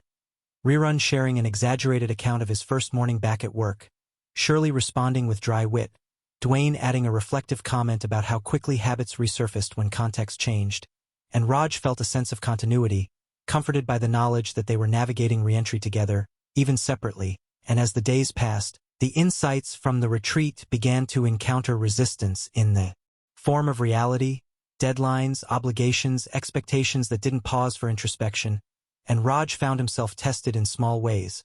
Moments where old coping mechanisms beckoned, promising quick relief, and he noticed these moments with curiosity rather than judgment, asking himself what he was actually seeking in each instance, and often the answer was simple reassurance, rest, connection, and instead of numbing that need, he addressed it directly when possible, stepping outside for fresh air, reaching out to a friend, allowing himself to pause briefly without labeling it laziness, and one evening, after a particularly demanding day, Raj met Rerun for dinner at a modest restaurant neither of them would have considered special before, and as they sat across from each other, conversation initially light, Raj noticed a subtle shift in Rerun's demeanor, a quieter attentiveness beneath the jokes, and eventually Rerun admitted that being back in routine had stirred up unexpected discomfort, that the contrast between the retreat and daily life made him acutely aware of how much energy he spent performing rather than being, and Raj listened, recognizing that awareness often arrived accompanied by discomfort, and he shared his own experiences of temptation toward autopilot, emphasizing that practice didn't eliminate struggle, it reframed it, and Rerun nodded, admitting that for the first time he wasn't trying to outrun that discomfort but sit with it, and this admission felt significant because Rerun's humor had always been his armor, and seeing him lower it, even briefly, signaled genuine growth, and as they ate, Raj realized how much their friendship had matured, less about shared antics and more about shared honesty. And later that week Raj had coffee with Shirley, who spoke candidly about the challenge of integrating insight into a professional environment that rewarded constant availability. And she described setting boundaries and the guilt that followed, the internalized belief that saying no diminished her worth, and Raj reflected that this belief was deeply ingrained, not personal but cultural, and he admired her willingness to challenge it consciously. And Shirley remarked that awareness often made things harder before they got easier, because you could no longer claim ignorance, and Raj agreed, adding that responsibility to oneself was often the heaviest to bear, and as they talked, he noticed how these conversations had shifted from abstract musings to practical application, how the metaphor that began as a debate had become a reference point for daily choices, and this evolution felt organic rather than forced, and Dwayne, too, played his part, calling Raj one evening to discuss a moment when he'd chosen to respond emotionally rather than analytically in a personal interaction, describing the vulnerability of that choice and the relief that followed, and Raj listened, appreciating how each of them was experimenting with new ways of being, not abandoning their strengths but expanding their range. And as the weeks unfolded, Raj observed subtle changes in himself, a decreased urgency to define himself through productivity, an increased tolerance for uncertainty, and he realized that these shifts weren't dramatic but cumulative, like the gradual strengthening of a muscle through consistent use. And one night, sitting alone in his apartment, Raj reflected on how the original question had been framed in opposition, doobie or not doobie, yes or no, indulgence or restraint, and how that binary had dissolved into a spectrum of presence, and he understood that many of life's dilemmas were falsely framed as binaries when they were actually invitations to nuance, and this realization extended beyond personal habits into relationships, work, and self-concept, allowing for flexibility without losing integrity. And a particularly telling moment occurred when Raj was invited to a social gathering where the atmosphere leaned heavily toward escapism, and he felt the familiar pull, the desire to blend in, to quiet internal awareness for the sake of ease, and instead of declining or indulging reflexively, he chose to attend with intention, engaging selectively, observing his own responses, and leaving when he felt complete rather than depleted. And afterward he noticed a sense of satisfaction, not pride but alignment, and he shared this experience with the group chat, prompting a thoughtful exchange about how intention transformed identical actions into different experiences. And Rerun commented that this Approach felt like reclaiming agency from habit, and Shirley added that agency was the quiet privilege of self-awareness. And as Raj read these messages, he felt a sense of gratitude for this evolving dialogue, for friends willing to engage with complexity rather than retreat into simplicity. And he realized that this phase of life wasn't about resolution but refinement, about learning to live within ambiguity without needing to escape it.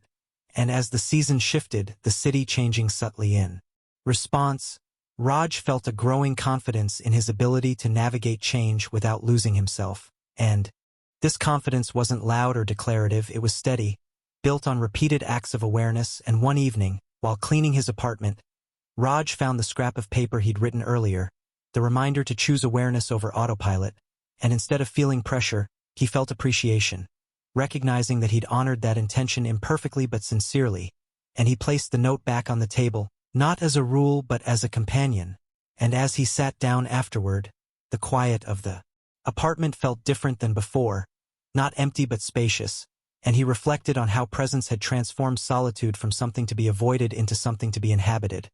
And he understood that this transformation was ongoing, requiring renewal and compassion, and as he prepared for bed, he felt a deep sense of continuity, not just with his friends but with himself, past and present selves woven into a narrative that allowed for growth without disowning history. And he acknowledged that future challenges would test this awareness, that stress and distraction would return in new forms, but he felt prepared to meet them with curiosity rather than fear. And as he lay down and closed his eyes, Raj felt the quiet confidence of someone who had learned that staying awake in one's own life was not a burden but a privilege, one that required courage, humility, and connection. And in that understanding he rested, not because all questions had been answered, but because he trusted his ability to engage with them honestly as they arose, knowing that the true measure of growth lay not in the absence of struggle but in the quality of attention brought to it, day after day, choice by choice, presence by presence. Time, after the intensity of reflection, had a way of testing sincerity through repetition, and the weeks following the retreat settled into a rhythm that was neither dramatic nor dull, but quietly demanding, because awareness, Raj was discovering, didn't announce itself with fanfare. It whispered during mundane moments, during commutes, meetings, grocery lines, and late evenings when fatigue made old habits feel seductive again. And it was during one such ordinary evening, sitting on his couch, scrolling aimlessly, that Raj felt the now familiar internal nudge, not guilt, not judgment, just a question asking what he was actually seeking, and instead of resisting the moment, he leaned into it, turning off the screen and sitting with the silence, noticing how quickly restlessness surfaced when stimulation disappeared, and how that restlessness wasn't an enemy but a signal. And as he sat there, breathing evenly, he realized that much of his life had been shaped by a quiet avoidance of discomfort, not dramatic avoidance but subtle, habitual redirection, and this realization felt neither accusatory nor alarming, just clarifying, like adjusting a lens until the image sharpened.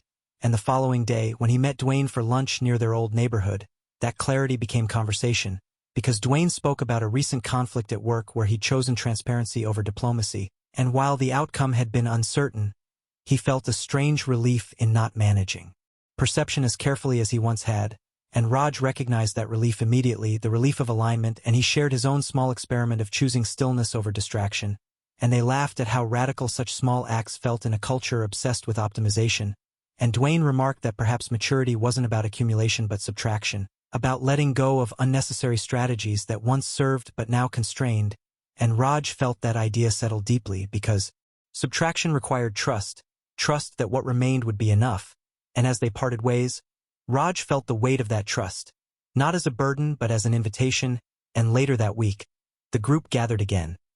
This time not by design but coincidence, running into each other at a local event celebrating the reopening of a community arts center, a place they'd once dismissed as irrelevant in their younger years, and standing there now, surrounded by paintings, music, and conversations that span generations. Raj felt a surprising sense of belonging, and Rerun voiced it aloud, joking that they'd officially become the people they used to ignore. But there was affection in the joke, not disdain, and Shirley observed how environments aged differently depending on how people engaged with them. That relevance wasn't inherent but relational, and Raj watched as a group of younger attendees debated loudly nearby, their certainty almost tangible, and instead of feeling distant or superior, he felt connected. recognizing the same hunger for meaning beneath their bravado, and that recognition softened something in him, dissolving the invisible barrier between generations. And as the evening unfolded, conversations flowed easily, not just among the four of them but with strangers, and Raj noticed how awareness changed his listening, how he was less eager to insert himself, more interested in understanding, and this shift didn't diminish his presence.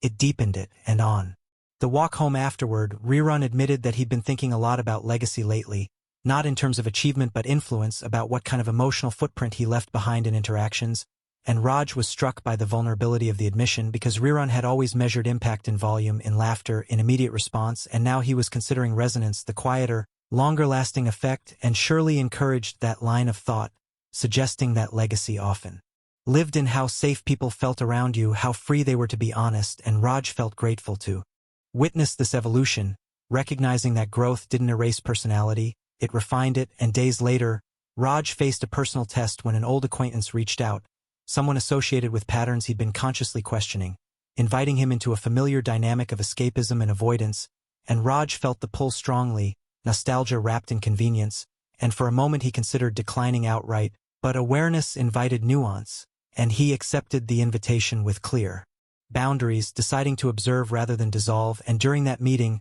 Raj noticed how differently he engaged, how he listened without over-identifying, how he declined certain offers without explanation, and when the evening ended, he felt neither drained nor exhilarated, just neutral, and that neutrality felt like success because it signaled autonomy, and he shared this experience with Shirley later, who remarked that autonomy often felt anticlimactic because it lacked drama, and Raj laughed, acknowledging that drama had once been his metric for meaning, and this conversation lingered with him, reshaping his understanding of fulfillment, because peace, he was learning, didn't announce itself loudly, it settled quietly, and one afternoon, as Raj was walking through his neighborhood, he encountered a younger version of himself metaphorically, in the form of a teenager practicing dance moves on the sidewalk, movements exaggerated and fearless, and Raj paused to watch, smiling at the raw expression, and when the teenager noticed him, there was a brief moment of self-consciousness before Raj offered a nod of encouragement, and the teenager grinned and continued, and as Raj walked on, he felt a swell of affection for his own past, not longing but appreciation, recognizing that the courage he once had hadn't disappeared. It had simply matured, redirected toward different risks, and that evening, the group gathered at Raj's apartment for a low-key dinner.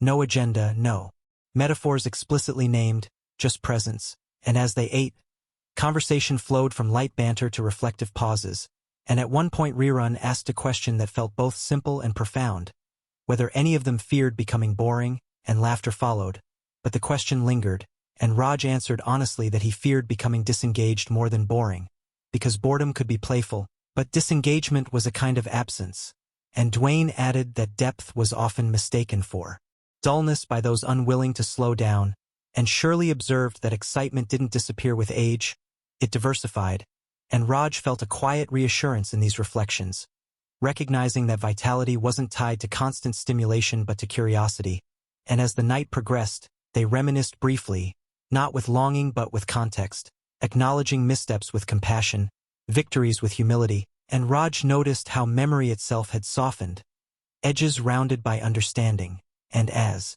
they cleaned up together afterward, the ordinary act of washing dishes felt communal, grounding, and Raj realized how much he valued these unremarkable moments, because they reflected a choice to be present with each other beyond spectacle. And when everyone eventually left, Raj sat alone for a while, reflecting on how his definition of freedom had evolved, from freedom as absence of constraint to freedom as alignment with values. And this evolution felt earned, not imposed, and he understood that the original question that sparked all of this had served its purpose not by being answered definitively but by opening a sustained inquiry, one that continued to unfold in daily life, and as he prepared for bed, Raj felt a familiar sense of uncertainty about the future, but it no longer felt threatening, because uncertainty had become a companion rather than an adversary, and he acknowledged that there would be moments of regression, of distraction, of choosing ease over awareness, and that these moments wouldn't negate progress, they would simply remind him of the practice.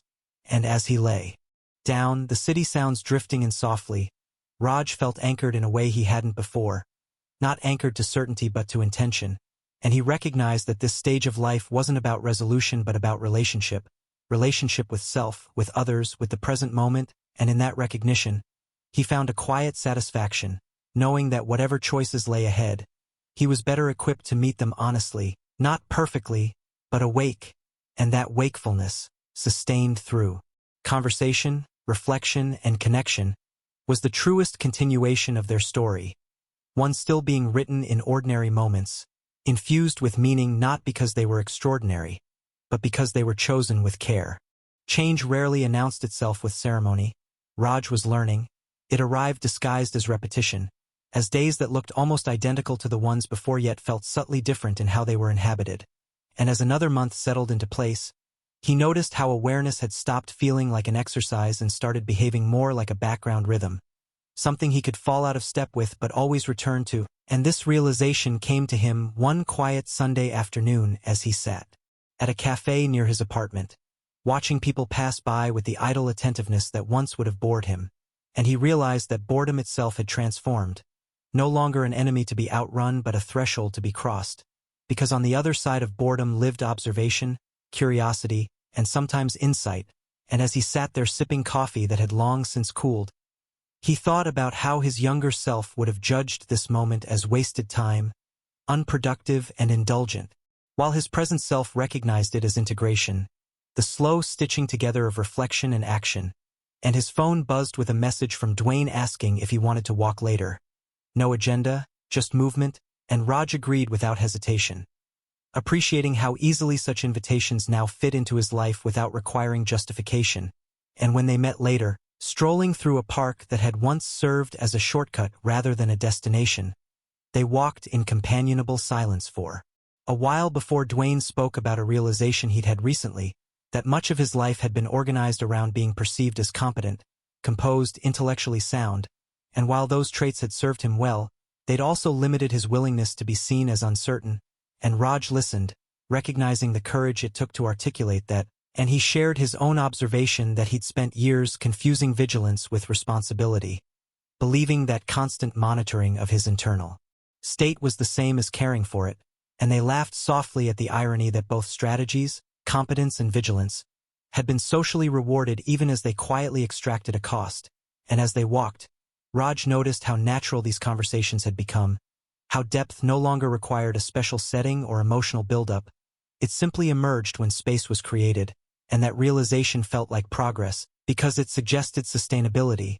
And later that evening Raj joined Rerun for a casual dinner at a small takeout place that smelled of fried food and nostalgia, and Rerun seemed unusually subdued, less performative, more reflective, and over the clatter of plates and background noise. He admitted that he'd been feeling a strange grief lately, not for a specific loss but for versions of himself that would never be fully realized, paths not taken, possibilities that had quietly closed, and Raj felt the weight of that admission, because grief for unlived lives was rarely acknowledged, often dismissed as ingratitude, and instead of offering reassurance, Raj simply sat with him, acknowledging that such grief didn't negate satisfaction, it complicated it, and Rerun exhaled deeply, saying it was the first time he'd said that aloud without immediately turning it into a joke, and Raj felt honored by that trust, recognizing how vulnerability reshaped their friendship, making it less about distraction and more about accompaniment. And as they parted ways, Raj reflected on how masculinity itself was being quietly renegotiated among them, not through declarations but through practice, through allowing emotion without spectacle, and that thought stayed with him in the days that followed, particularly during a conversation with Shirley, who spoke about the emotional labor women were expected to perform and how refreshing it was to witness men she cared about taking responsibility for their inner lives without outsourcing it. And Raj acknowledged that this shift hadn't been accidental. It had required discomfort, intention, and mutual reinforcement. And Shirley remarked that growth often happened in clusters, that one person's willingness created permission for others, and Raj recognized that truth in their group dynamic, how each insight had built upon another, creating a shared language of awareness. And as work demands intensified that week, Raj found himself tested again, old habits flaring under pressure, and one evening he noticed the familiar urge to disengage, to numb rather than process. And instead of resisting rigidly, he paused, naming the feeling, fatigue mixed with overwhelm, and chose a gentler response, a walk, a phone call, a moment of quiet, and while this didn't eliminate stress, it changed his relationship to it, and that shift felt significant because it suggested resilience without rigidity. And one night, lying in bed unable to sleep, Raj thought about the original framing of their story, how a single question had expanded into an ongoing dialogue about presence, agency, and identity, and he realized that the question had never really been answered because it wasn't meant to be, it was meant to be lived, revisited in different forms as circumstances changed, and this understanding eased his lingering desire for resolution, replacing it with acceptance. And as days turned into weeks, Raj noticed another subtle change. His tolerance for performative interactions diminished, not out of judgment but out of clarity, and he found himself gravitating toward conversations that allowed space for honesty, even if they were quieter. And this preference reshaped his social life, not dramatically but decisively. And one afternoon he ran into an old acquaintance who remarked that Raj seemed different, calmer, less reactive, and Raj smiled, unsure how to respond without sounding pretentious, because the difference wasn't something he could summarize easily. It was an accumulation of choices. And later that evening, the group gathered once more, this time at Dwayne's place, the setting casual, the mood relaxed, and as they talked, the conversation drifted toward aging, not with dread but with curiosity, and Rerun joked about aches and memory lapses. But beneath the humor was an acknowledgement of time's passage, and Shirley observed that aging stripped away illusions more efficiently than any philosophy. And Raj added that what remained after illusion fell away wasn't emptiness but texture, complexity, nuance, and Dwayne nodded, noting that complexity required patience, something youth rarely afforded. And as the night wore on, they shared moments of fear, not dramatic fears but subtle ones, fear of stagnation, fear of irrelevance, fear of emotional calcification. And speaking these fears aloud didn't amplify them, it diminished their power, because shared fear lost its isolating quality. And Raj felt a deep appreciation for this stage of their lives, not because it was easier, but because it was truer. And when the evening ended and Raj walked home alone, the city lights, reflecting off windows and cars like scattered constellations, he felt grounded in a way that didn't depend on circumstances, and he reflected on how awareness had shifted his relationship with solitude, transforming it from something to endure into something to explore. And that exploration continued the next morning as he woke early and sat quietly before the day began, not meditating formally but simply noticing thoughts, sensations, impulses. And this practice felt less like discipline and more like companionship. And later, during a busy day, he caught himself smiling at a minor inconvenience, recognizing how far he'd come from equating frustration with failure. And this smile felt like a small victory, unremarkable yet meaningful. And as the week progressed, Raj found himself mentoring a younger colleague at work, offering guidance not from a place of authority but empathy. And he noticed how his words carried more weight when they were grounded in lived experience rather than abstract advice. And this interaction reinforced his sense of relevance, not as someone clinging to the past but as someone translating it thoughtfully. And one evening, sitting with Shirley over tea, she remarked that growth often became visible not in what you added to your life but in what you stopped tolerating. And Raj recognized the truth in that, reflecting on boundaries he'd set quietly, without announcement, that had protected his energy. And as they talked, he felt a sense of continuity with the retreat, with all the conversations that had unfolded since, recognizing that those moments weren't isolated events but reference points, reminders of what was possible when intention guided action. And as Raj returned home that night, he noticed the scrap of paper on his table again, the reminder to choose awareness over autopilot. And this time he didn't read it as an instruction but as a description of how he'd been living, imperfectly but sincerely. And that recognition brought a sense of quiet pride, not the pride of achievement but of alignment. And as he prepared for bed, Raj acknowledged that challenges would continue, that stress, temptation, and distraction were inevitable. But he no longer feared them as threats to his growth. He saw them as invitations to practice. And as he lay down, listening to the steady hum of the city, Raj felt connected to a narrative still unfolding, not driven by dramatic turns but by deliberate presence. And he understood that this was the true essence of their continuation, not a return to youth nor a rejection of it, but an integration, a willingness to stay engaged with life as it was, without numbing, without over-controlling. And in that willingness, Raj found a deep, steady satisfaction, knowing that whatever questions lay ahead, he would meet them awake, supported by friendships that had evolved alongside him, and guided by an awareness that no longer felt like a burden but a gift, one that revealed meaning not in grand gestures but in the quiet, consistent choice to be present, again and again, as life continued to unfold. By the time autumn began to hint at itself in the air, not through dramatic weather changes but through subtler signals like cooler mornings and earlier sunsets, Raj noticed that awareness had begun to reveal another layer of complexity, because once the obvious habits were questioned and adjusted, what surfaced next were beliefs, quieter, more entrenched, assumptions he'd carried so long they felt indistinguishable from truth, and this realization arrived not in solitude but during a routine conversation at work when a colleague casually remarked that stability was overrated, that life was meant to be disruptive, and Raj felt a reflexive agreement rise in him before pausing, noticing the automatic nature of the response, and he asked himself whether that belief still aligned with his lived experience, and the answer wasn't clear, which unsettled him in a productive way, because uncertainty now felt less like a threat and more like an invitation to examine inherited narratives.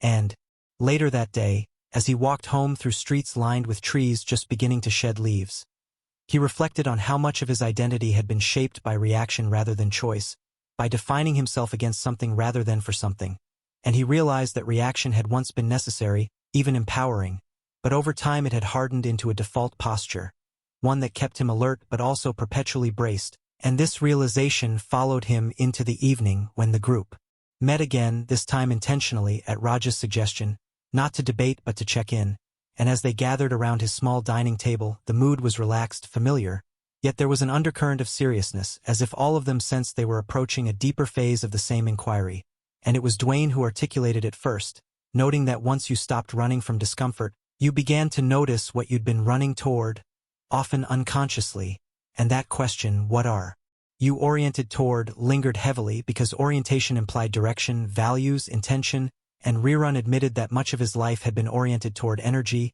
excitement, immediacy, and while those things still mattered to him, he was beginning to see how they'd overshadowed other values like depth and continuity, and Shirley reflected that her orientation had long been toward responsibility, caretaking, being reliable, and she was now exploring what it meant to orient toward joy. Without guilt, and Raj listened, recognizing himself in both reflections, and when it was his turn, he spoke about realizing how deeply he'd oriented his life around vigilance, anticipating problems, managing outcomes, believing that foresight equaled safety, and while that strategy had protected him, it had also limited spontaneity and trust, and saying this aloud felt significant, because it reframed his growth not as correction but as rebalancing, and the group sat with these admissions, quietly, not rushing to respond because silence had become a shared language, and eventually the conversation flowed again, exploring how orientation shaped daily choices, from career decisions to relationships to how they spent unstructured time, and Raj noticed how different this discussion felt from earlier ones, less about habit and more about identity, less about behavior and more about belief, and as the night progressed, they talked about fear, not the immediate fear of failure or judgment, but the deeper fear of misalignment, of waking up one day and realizing they'd lived competently but not authentically, and Rerun joked that this sounded like a midlife crisis, but his tone was gentle, acknowledging the truth beneath the humor, and Shirley countered that crises weren't always dramatic. Sometimes they arrived quietly, as questions that refused to go away, and Raj felt that resonate deeply because his own questions had grown more persistent, not louder, and after everyone left, Raj sat alone at the table for a while, replaying the conversation, noticing how his mind tried to resolve it into conclusions and gently redirecting himself back to observation, reminding himself that orientation didn't change overnight, it shifted through repeated, intentional choices, and the following days offered opportunities to test this awareness, because at work Raj was offered a new project, one that promised visibility and recognition but also demanded a level of constant urgency that conflicted with the balance he'd been cultivating, and his initial impulse was to accept immediately, reflexively aligning with his old orientation toward proving capability, and instead he paused, asking questions, clarifying expectations, considering not just what the opportunity offered but what it required, and when he ultimately negotiated a modified role rather than outright acceptance, he felt a mix of relief and anxiety, because choosing alignment over approval was still unfamiliar, and he shared this experience with Dwayne later, who remarked that fear often accompanied values-based decisions precisely because they disrupted familiar reward systems, and Raj appreciated that framing, because it validated his discomfort without pathologizing it. And as weeks passed, Raj noticed how his internal dialogue continued to evolve, becoming less judgmental, more inquisitive, and one evening, while attending a social gathering with people he didn't know well, he observed how easily conversations drifted toward performance, toward signaling interest, intelligence, humor, and instead of participating automatically, he experimented with presence, listening fully, responding honestly without embellishment. And he noticed how some interactions deepened while others fizzled, and rather than interpreting this as failure, he saw it as information, because alignment filtered connections naturally, and later, as he walked home alone under streetlights that cast long, thoughtful shadows, he felt a quiet sense of integrity, not because the evening had been remarkable, but because it had been lived consciously, and this pattern repeated itself in various forms, small decisions accumulating into a subtle but unmistakable shift. And one afternoon Raj received a call from a family member he hadn't spoken to in some time. A conversation that historically triggered defensiveness and emotional withdrawal, and as the call unfolded, Raj noticed those old impulses arise, and instead of suppressing them, he acknowledged them internally, choosing to respond with clarity rather than reactivity. And while the conversation wasn't suddenly easy, it felt different, less charged, and afterward Raj felt a sense of quiet accomplishment, recognizing that orientation influenced not just choices but tone, and he shared this insight with Shirley, who noted that tone was often the most honest indicator of internal alignment. And Raj appreciated that observation, because tone couldn't be faked sustainably, it emerged from consistency between intention and action, and as the season continued to shift, Raj found himself reflecting more often on the concept of enough stimulation, enough achievement, enough certainty, and he realized that much of his previous anxiety had stemmed from an unexamined assumption that enough was always just beyond reach. And now he was experimenting with the radical notion that enough could be recognized in the present moment without foreclosing growth. And this realization surfaced during a quiet evening at home when he noticed the impulse to seek something more, something else, and instead asked himself whether he was actually lacking or simply restless. And the answer wasn't always the same, but asking the question itself felt empowering. And one weekend, the group gathered again, this time for a simple walk followed by dinner, and the conversation naturally returned to orientation, with Rerun sharing that he'd been exploring creative outlets he'd long dismissed as impractical, not with the goal of mastery but expression, and Dwayne talked about reorienting his work around mentorship rather than advancement, and Shirley spoke about choosing relationships that allowed reciprocity rather than one-sided support. And Raj felt a deep appreciation for how each of them was translating insight into action in ways that felt authentic to their personalities.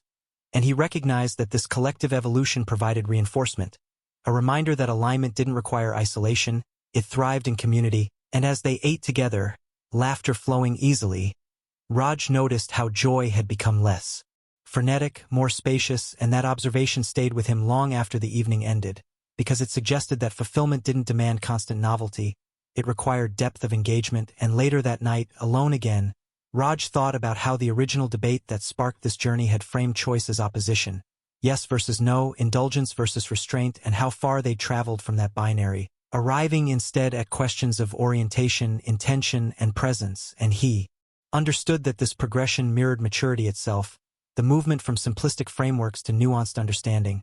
And this understanding didn't feel like loss, it felt like expansion. And as Raj prepared for bed, he noticed a familiar anxiety surface, the worry that this awareness might fade, that routine might erode intention over time, and instead of spiraling into fear, he acknowledged the concern and reminded himself that awareness wasn't something to be possessed permanently. It was something to be practiced repeatedly, and this reminder felt grounding rather than daunting, because practice allowed for imperfection.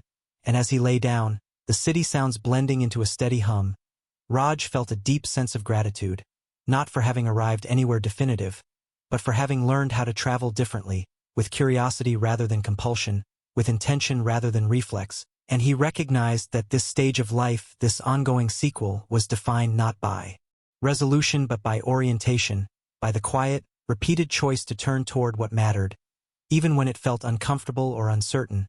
And in that recognition, Raj found a calm resolve, knowing that whatever challenges lay ahead, whatever temptations to disengage or over-control might arise, He now possessed a framework that allowed for responsiveness without rigidity, and as sleep overtook him, he felt at peace not because everything was settled, but because he trusted his capacity to remain engaged, awake and aligned, supported by friendships that had evolved alongside him, and guided by an awareness that continued to deepen, not as an abstract concept, but as a lived, daily practice shaping how he met the world, moment by moment, choice by choice.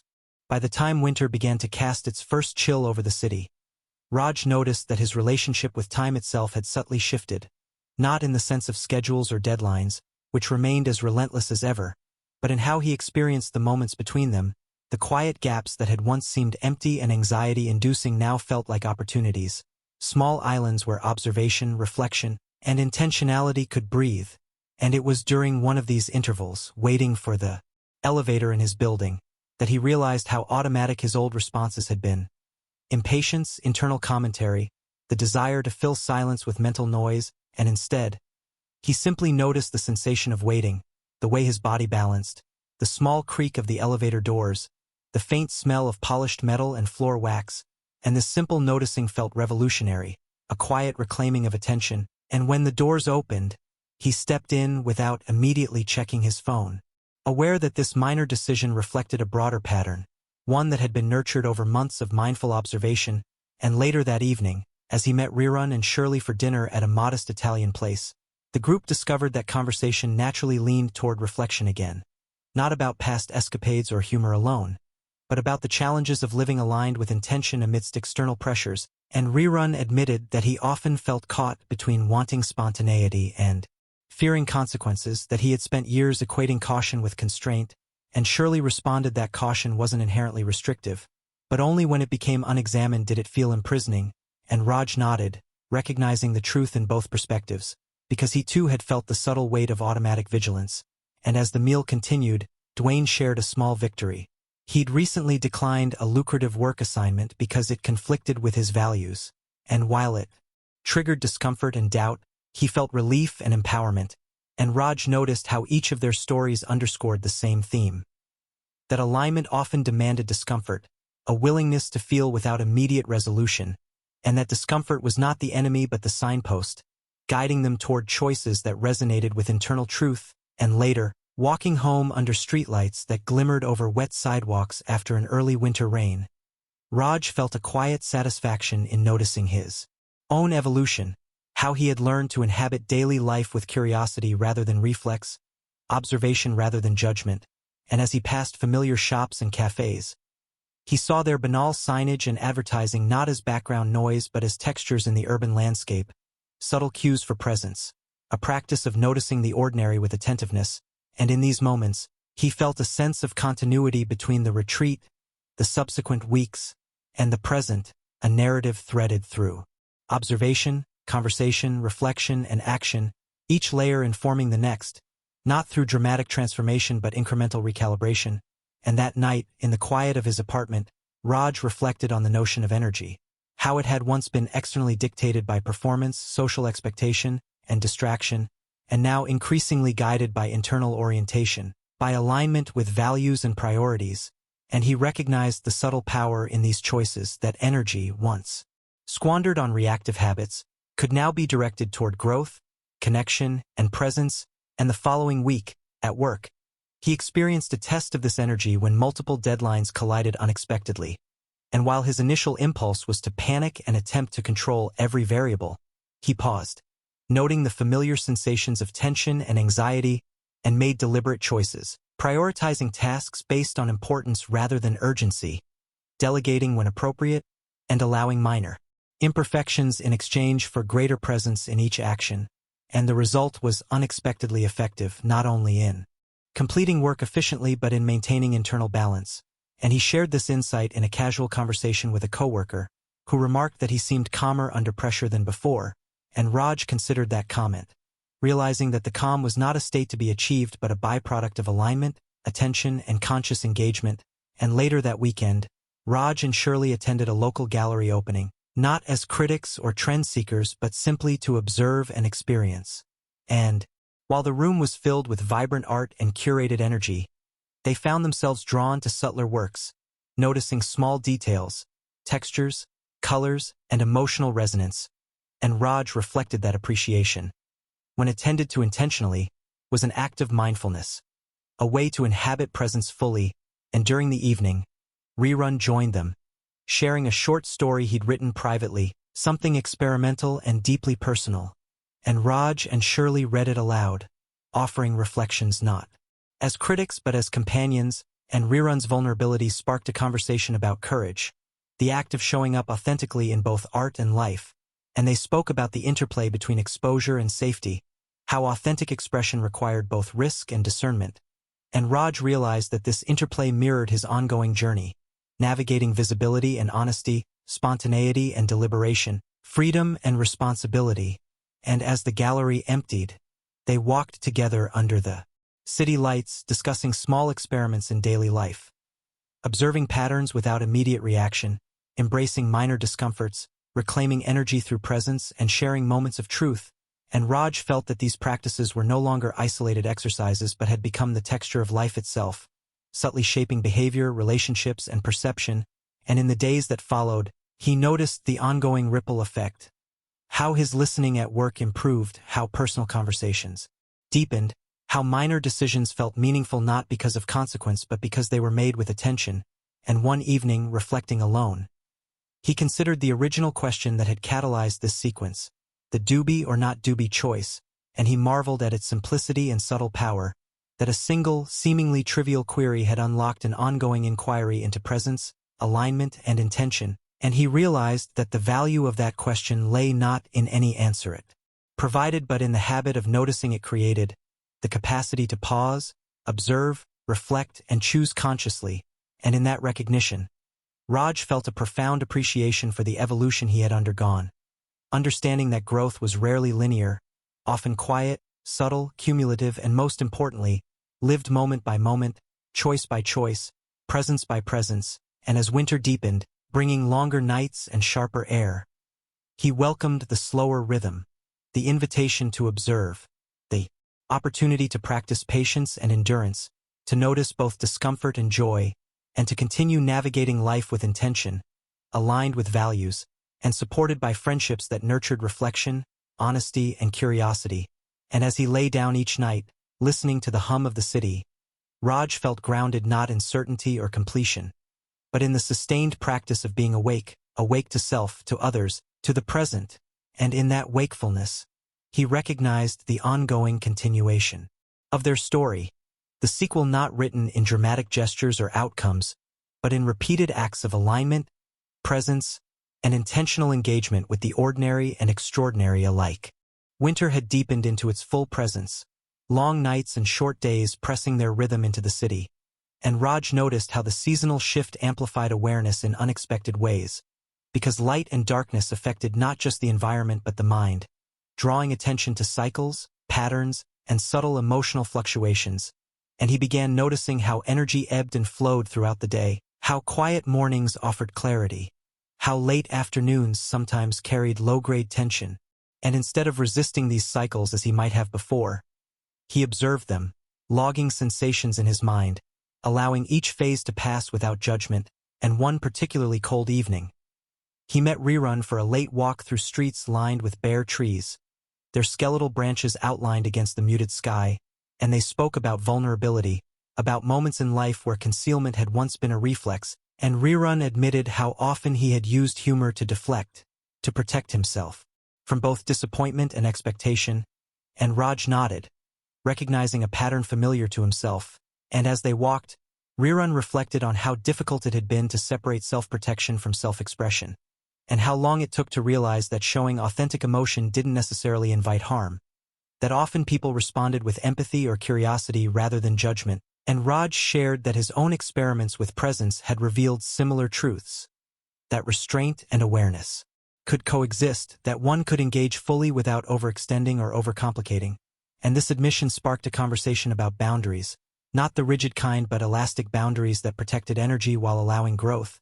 And Raj realized that this was a frontier of maturity, where intention replaced instinct and observation-guided behavior, and later that week, he attended a community lecture on mindfulness and decision-making, not out of necessity but curiosity, and he noticed how the concepts paralleled the personal practices he had been cultivating.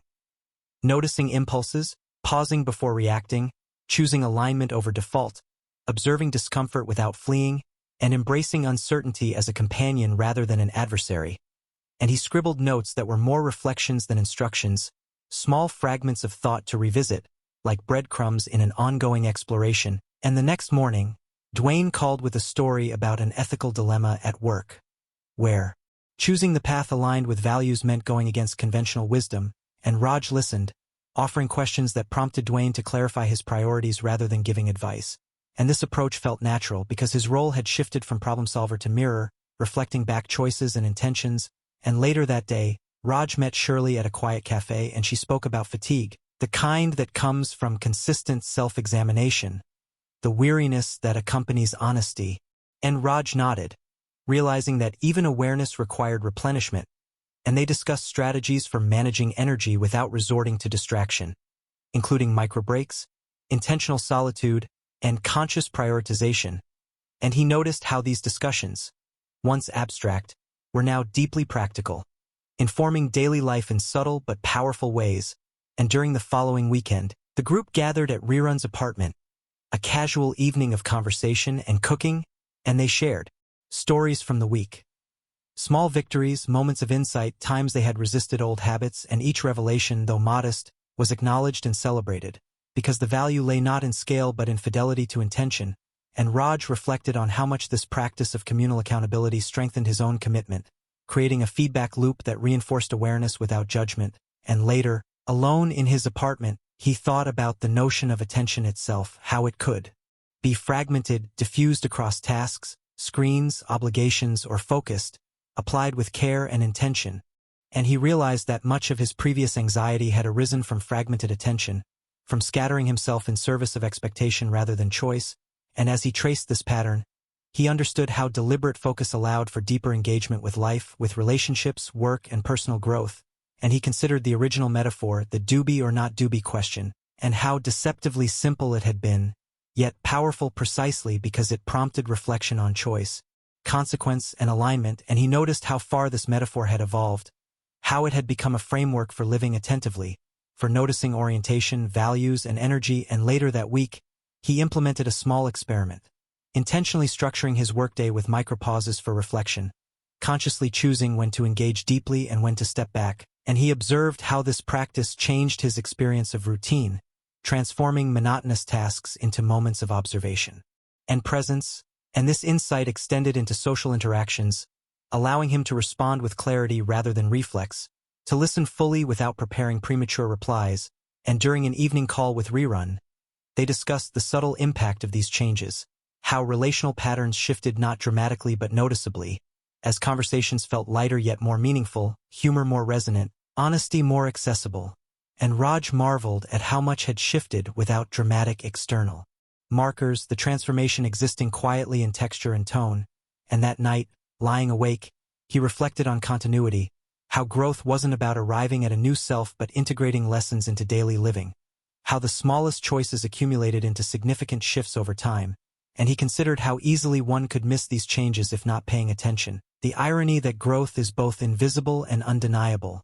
And he understood that this paradox required patience, curiosity, and compassion.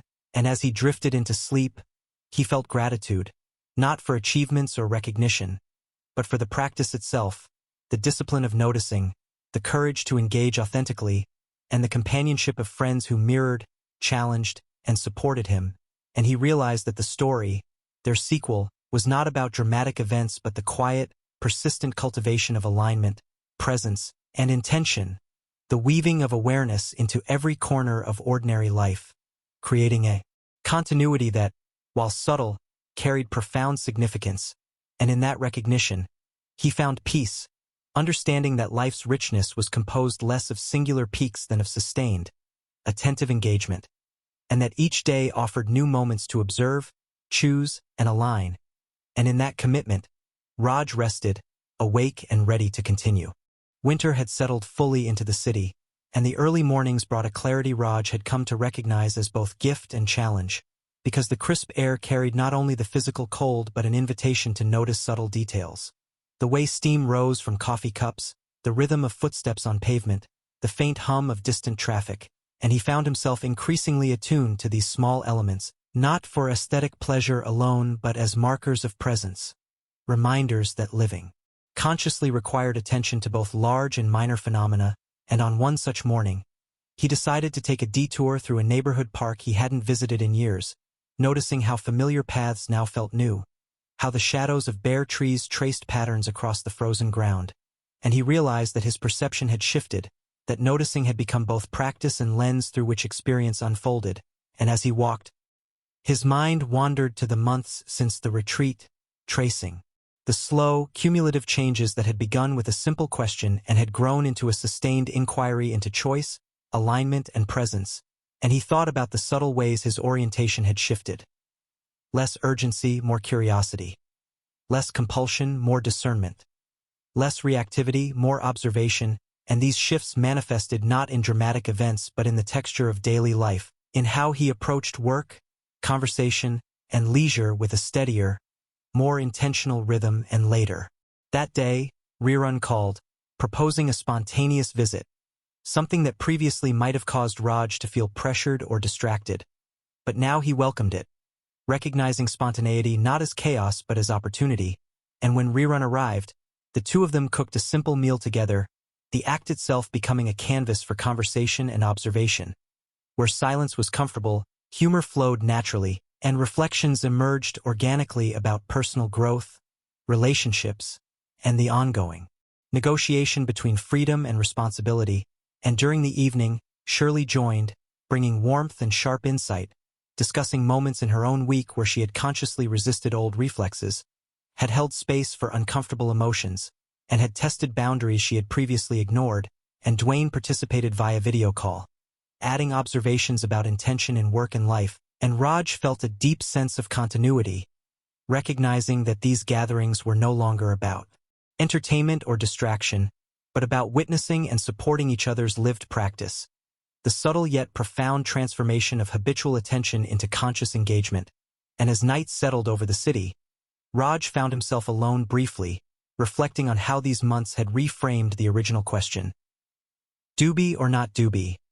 Once interpreted literally or playfully, had now become emblematic of a much larger inquiry into choice, self-awareness, and the willingness to act from presence rather than reflex, and he recognized that the binary had dissolved, replaced by a spectrum of intentionality, where decisions were guided less by habit or impulse than by alignment with values and sustained attention. And this understanding extended into every domain, from professional responsibilities to personal relationships to how he engaged with his own mind and body. And the more he observed, the more he understood that true agency didn't come from control but from attunement, from noticing impulses and patterns and responding with discernment rather than compulsion. And he reflected on the countless small acts that had accumulated into this state. Saying no when he might have said yes reflexively, choosing presence over distraction, listening fully rather than preparing a response, observing discomfort rather than fleeing, integrating insight into ordinary routines, and each act, while individually subtle, had coalesced into a sustained change in orientation and being, and as he lay in bed that night, he considered the interplay of continuity and novelty, how daily life provided infinite variations on a single theme. The opportunity to live awake, to engage intentionally, to act from awareness, and he understood that this practice was both liberating and demanding, because it required courage to face discomfort, patience to persist without immediate reward, and compassion toward oneself when lapses inevitably occurred, and he acknowledged that growth was rarely linear, often invisible, and yet profoundly cumulative, like a slow tide shaping a shoreline, imperceptible moment to moment but undeniable over time, and he allowed himself a sense of gratitude, not for perfection or achievement, but for the capacity to notice, choose, and act consciously, supported by friendships that mirrored, challenged, and sustained him, and he recognized that their collective journey, the laughter, reflection, honest conversation, vulnerability, and mutual witnessing, had transformed not only his relationships but the very lens through which he perceived life, making ordinary moments rich with possibility and subtle meaning. And as sleep approached, Raj thought of the future not as a set of problems to solve or milestones to achieve, but as a continuous unfolding of opportunities to practice awareness, presence, and alignment, knowing that each choice, however small, contributed to the texture of his ongoing story, and in that understanding he felt profound peace, not the loud, celebratory peace of final resolution, but the quiet, steady contentment of someone awake in their own life, ready to meet each moment with attention, intention, and connection. And as he closed his eyes, the city outside a gentle hum beneath the winter sky, Raj rested, fully present, fully aligned, fully alive, embracing the unfolding narrative of Doobie or not Doobie.